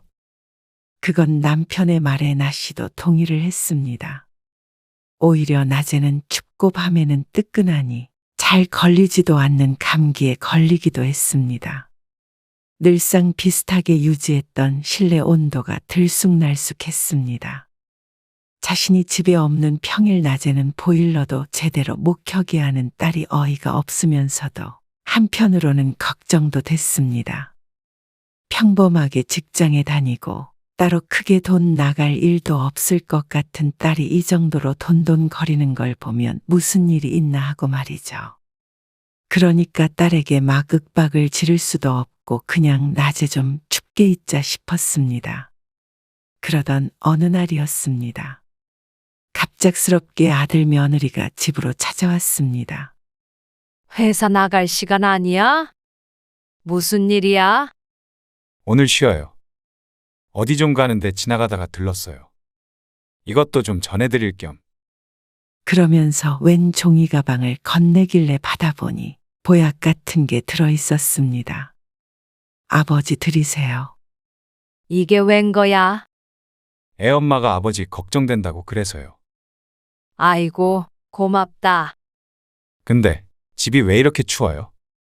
보일러 고장 났어요? 아니, 고장난 게 아니라 보일러를 꺼놔서 그래. 왜요? 지금 밖에 영하 7도예요. 그래도 아내는 괜찮아. 위아래 집에서 보일러 트니까 우리 집은 별로 안 추워. 안 춥긴요. 시베리아 같은데. 그러면서 아들이 보일러 전원을 켰습니다. 혹시 가스비 같은 거 아끼느라 그러시는 거면 제발 그러지 마세요. 그러다가 병원비가 더 나와요. 그 말에 나 씨도 뜨끔했습니다. 실제로 감기에 걸려서 보름 동안 고생했는데 그동안에 병원을 3번이나 갔으니 말이죠. 아이고, 알았어. 따뜻하게 살게. 걱정 마. 어차피 가스비도 진주가 낼 거 아니에요. 그러니까 걱정 말고 팍팍 틀고 사세요. 아들이 농담조로 이야기했지만 나 씨는 속으로 한숨을 쉬었습니다. 바로 그 딸내미 때문에 이렇게 냉골에서 지내는 것이니 말이죠. 그렇게 아들이 돌아가고 나서 나 씨는 보일러를 꺼두지 않았습니다. 그러니 딸이 퇴근해서 펄쩍 뛰며 말했습니다. 이것 봐. 또 켜놨잖아. 내가 좀 아끼자고 했잖아. 아까 네 오빠 왔다 갔어. 집이 너무 춥다고 켜두고 가더라. 아들 얘기가 나오자 딸이 뜨끔하는 표정으로 핀잔을 멈췄습니다.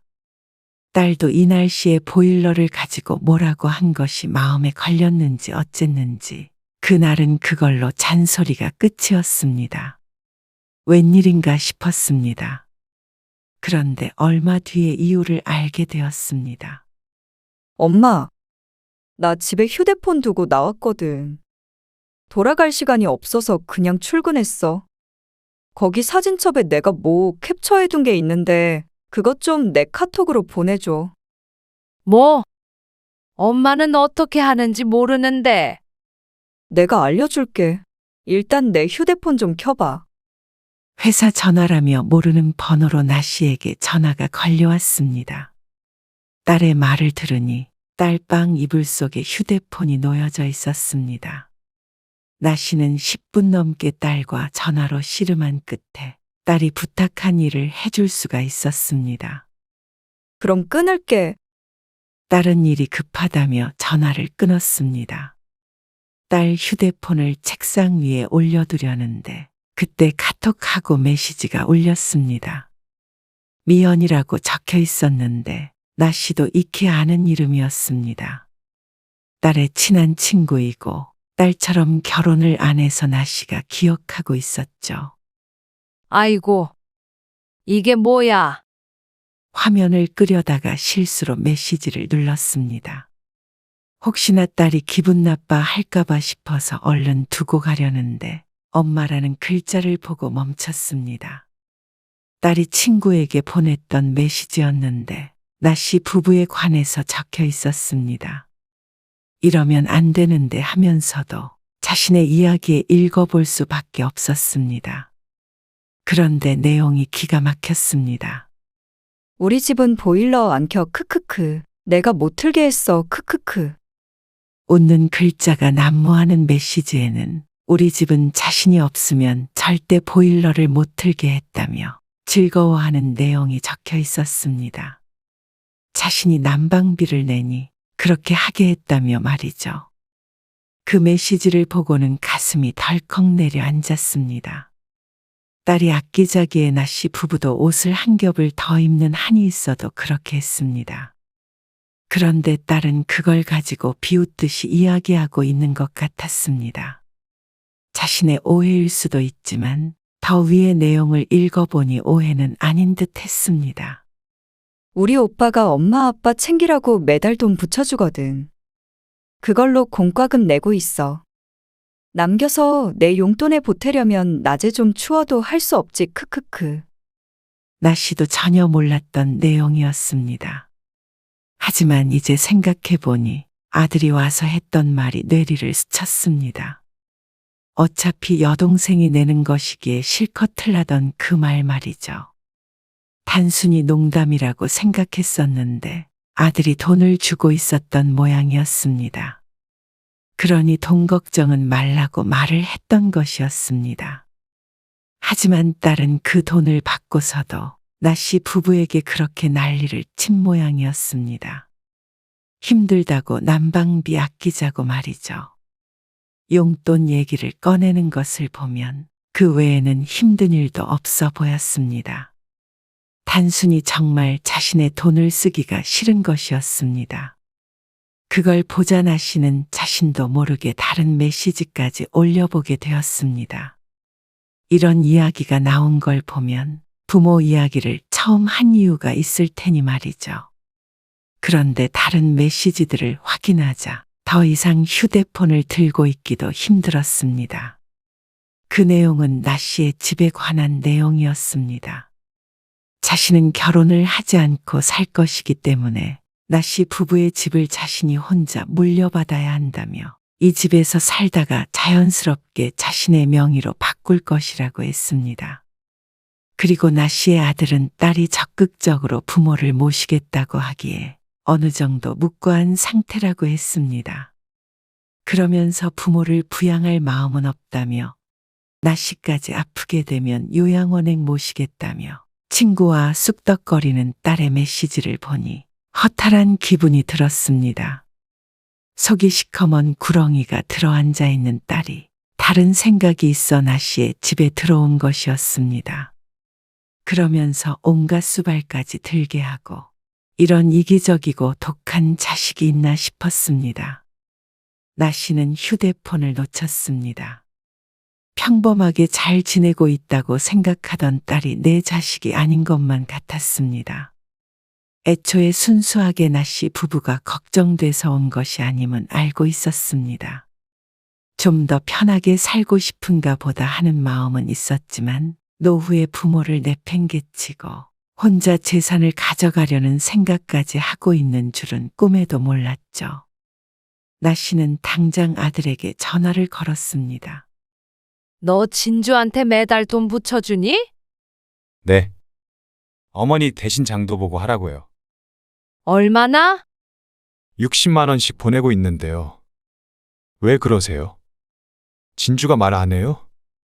그러면서 아버지 쓰러지고 나서 딸과 함께 의논해서 용돈을 주기로 했다고 말했습니다. 아들이 60만 원을 내는 대신에 딸은 30만 원씩 내기로 했다는데 그걸 딸이 비밀로 한 것 같았습니다. 저는 진주가 자기한테 달라고. 어머니 아버지 생활은 알아서 책임진다고 하길래 당연히 그런 줄 알고 있었어요. 그런데 그 돈을 받고도 늙고 병든 부모가 보일러도 제대로 못 틀게 했다는 건 불효를 넘어서 학대나 마찬가지였습니다. 아들도 나씨의 말을 듣고 분개했습니다. 당장에 쫓아오겠다는 걸 나씨가 말렸습니다.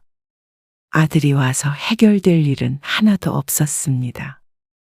너무나도 간단하고 명확한 방법이 한 가지 있을 뿐이었죠. 그리고 딸이 퇴근해서 돌아왔을 때 나씨가 딸에게 말했습니다. 이 집에서 나가라. 무슨 말이야 뜬금없이? 내 핸드폰은? 오늘 답답해 죽는 줄 알았네.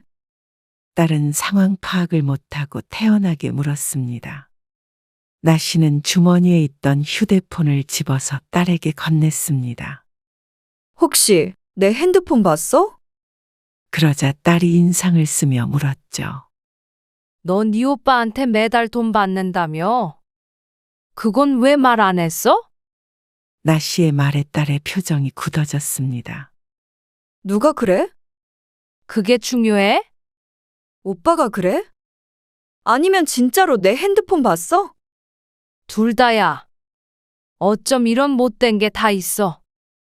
엄마 아빠 감기 걸려서 그렇게 고생한 거 뻔히 알면서 힘들다고 보일러도 못 틀게 하더니 너는 낮에는 따뜻한 사무실에서 일하고 밤에는 집에 와서 보일러 빵빵하게 틀고 자고 발 뻗고 잠이 잘 와?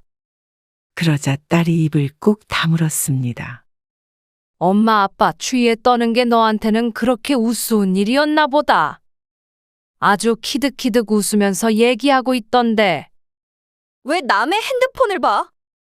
딸은 할 말이 없는지 소리를 버럭 질렀습니다. 이제 마흔인 딸이 맞나 싶었습니다. 어쩜 어렸을 적보다도 철이 안 들어있는지 모를 노릇이었죠. 그 돈을 받으면서도 엄마 아빠가 낮에 좀 따뜻하게 있는 게 그렇게 싫었어? 매달도 아니고 1년 중 서너 달이야. 나도 그러면 할 말 많아. 어떻게 자식이 부모 집에 사는데 관리비를 내라고 해? 다들 그냥 합쳐서 살아. 그리고 자식이 들어와서 모시고 산다고 그러면 오히려 고마워한다고. 함께 살아서 엄마 아빠가 좋은 게 뭐가 있었는데? 추워서 병나고 엄마는 너 수발 들다가 골병 나게 생겼는데. 70 넘은 부모를 이렇게 부려먹나 싶었습니다. 그래놓고는 모시고 산다는 표현을 하는 딸이 참 뻔뻔하다고 생각됐죠. 네가 우리를 모시고 살아? 입은 삐뚤어졌어도 말은 바로 해야지. 진주 네가 얹혀 사는 거잖아. 그게 그거잖아. 그리고 엄마 아빠 더 늙으면 누가 돌보는데? 나잖아.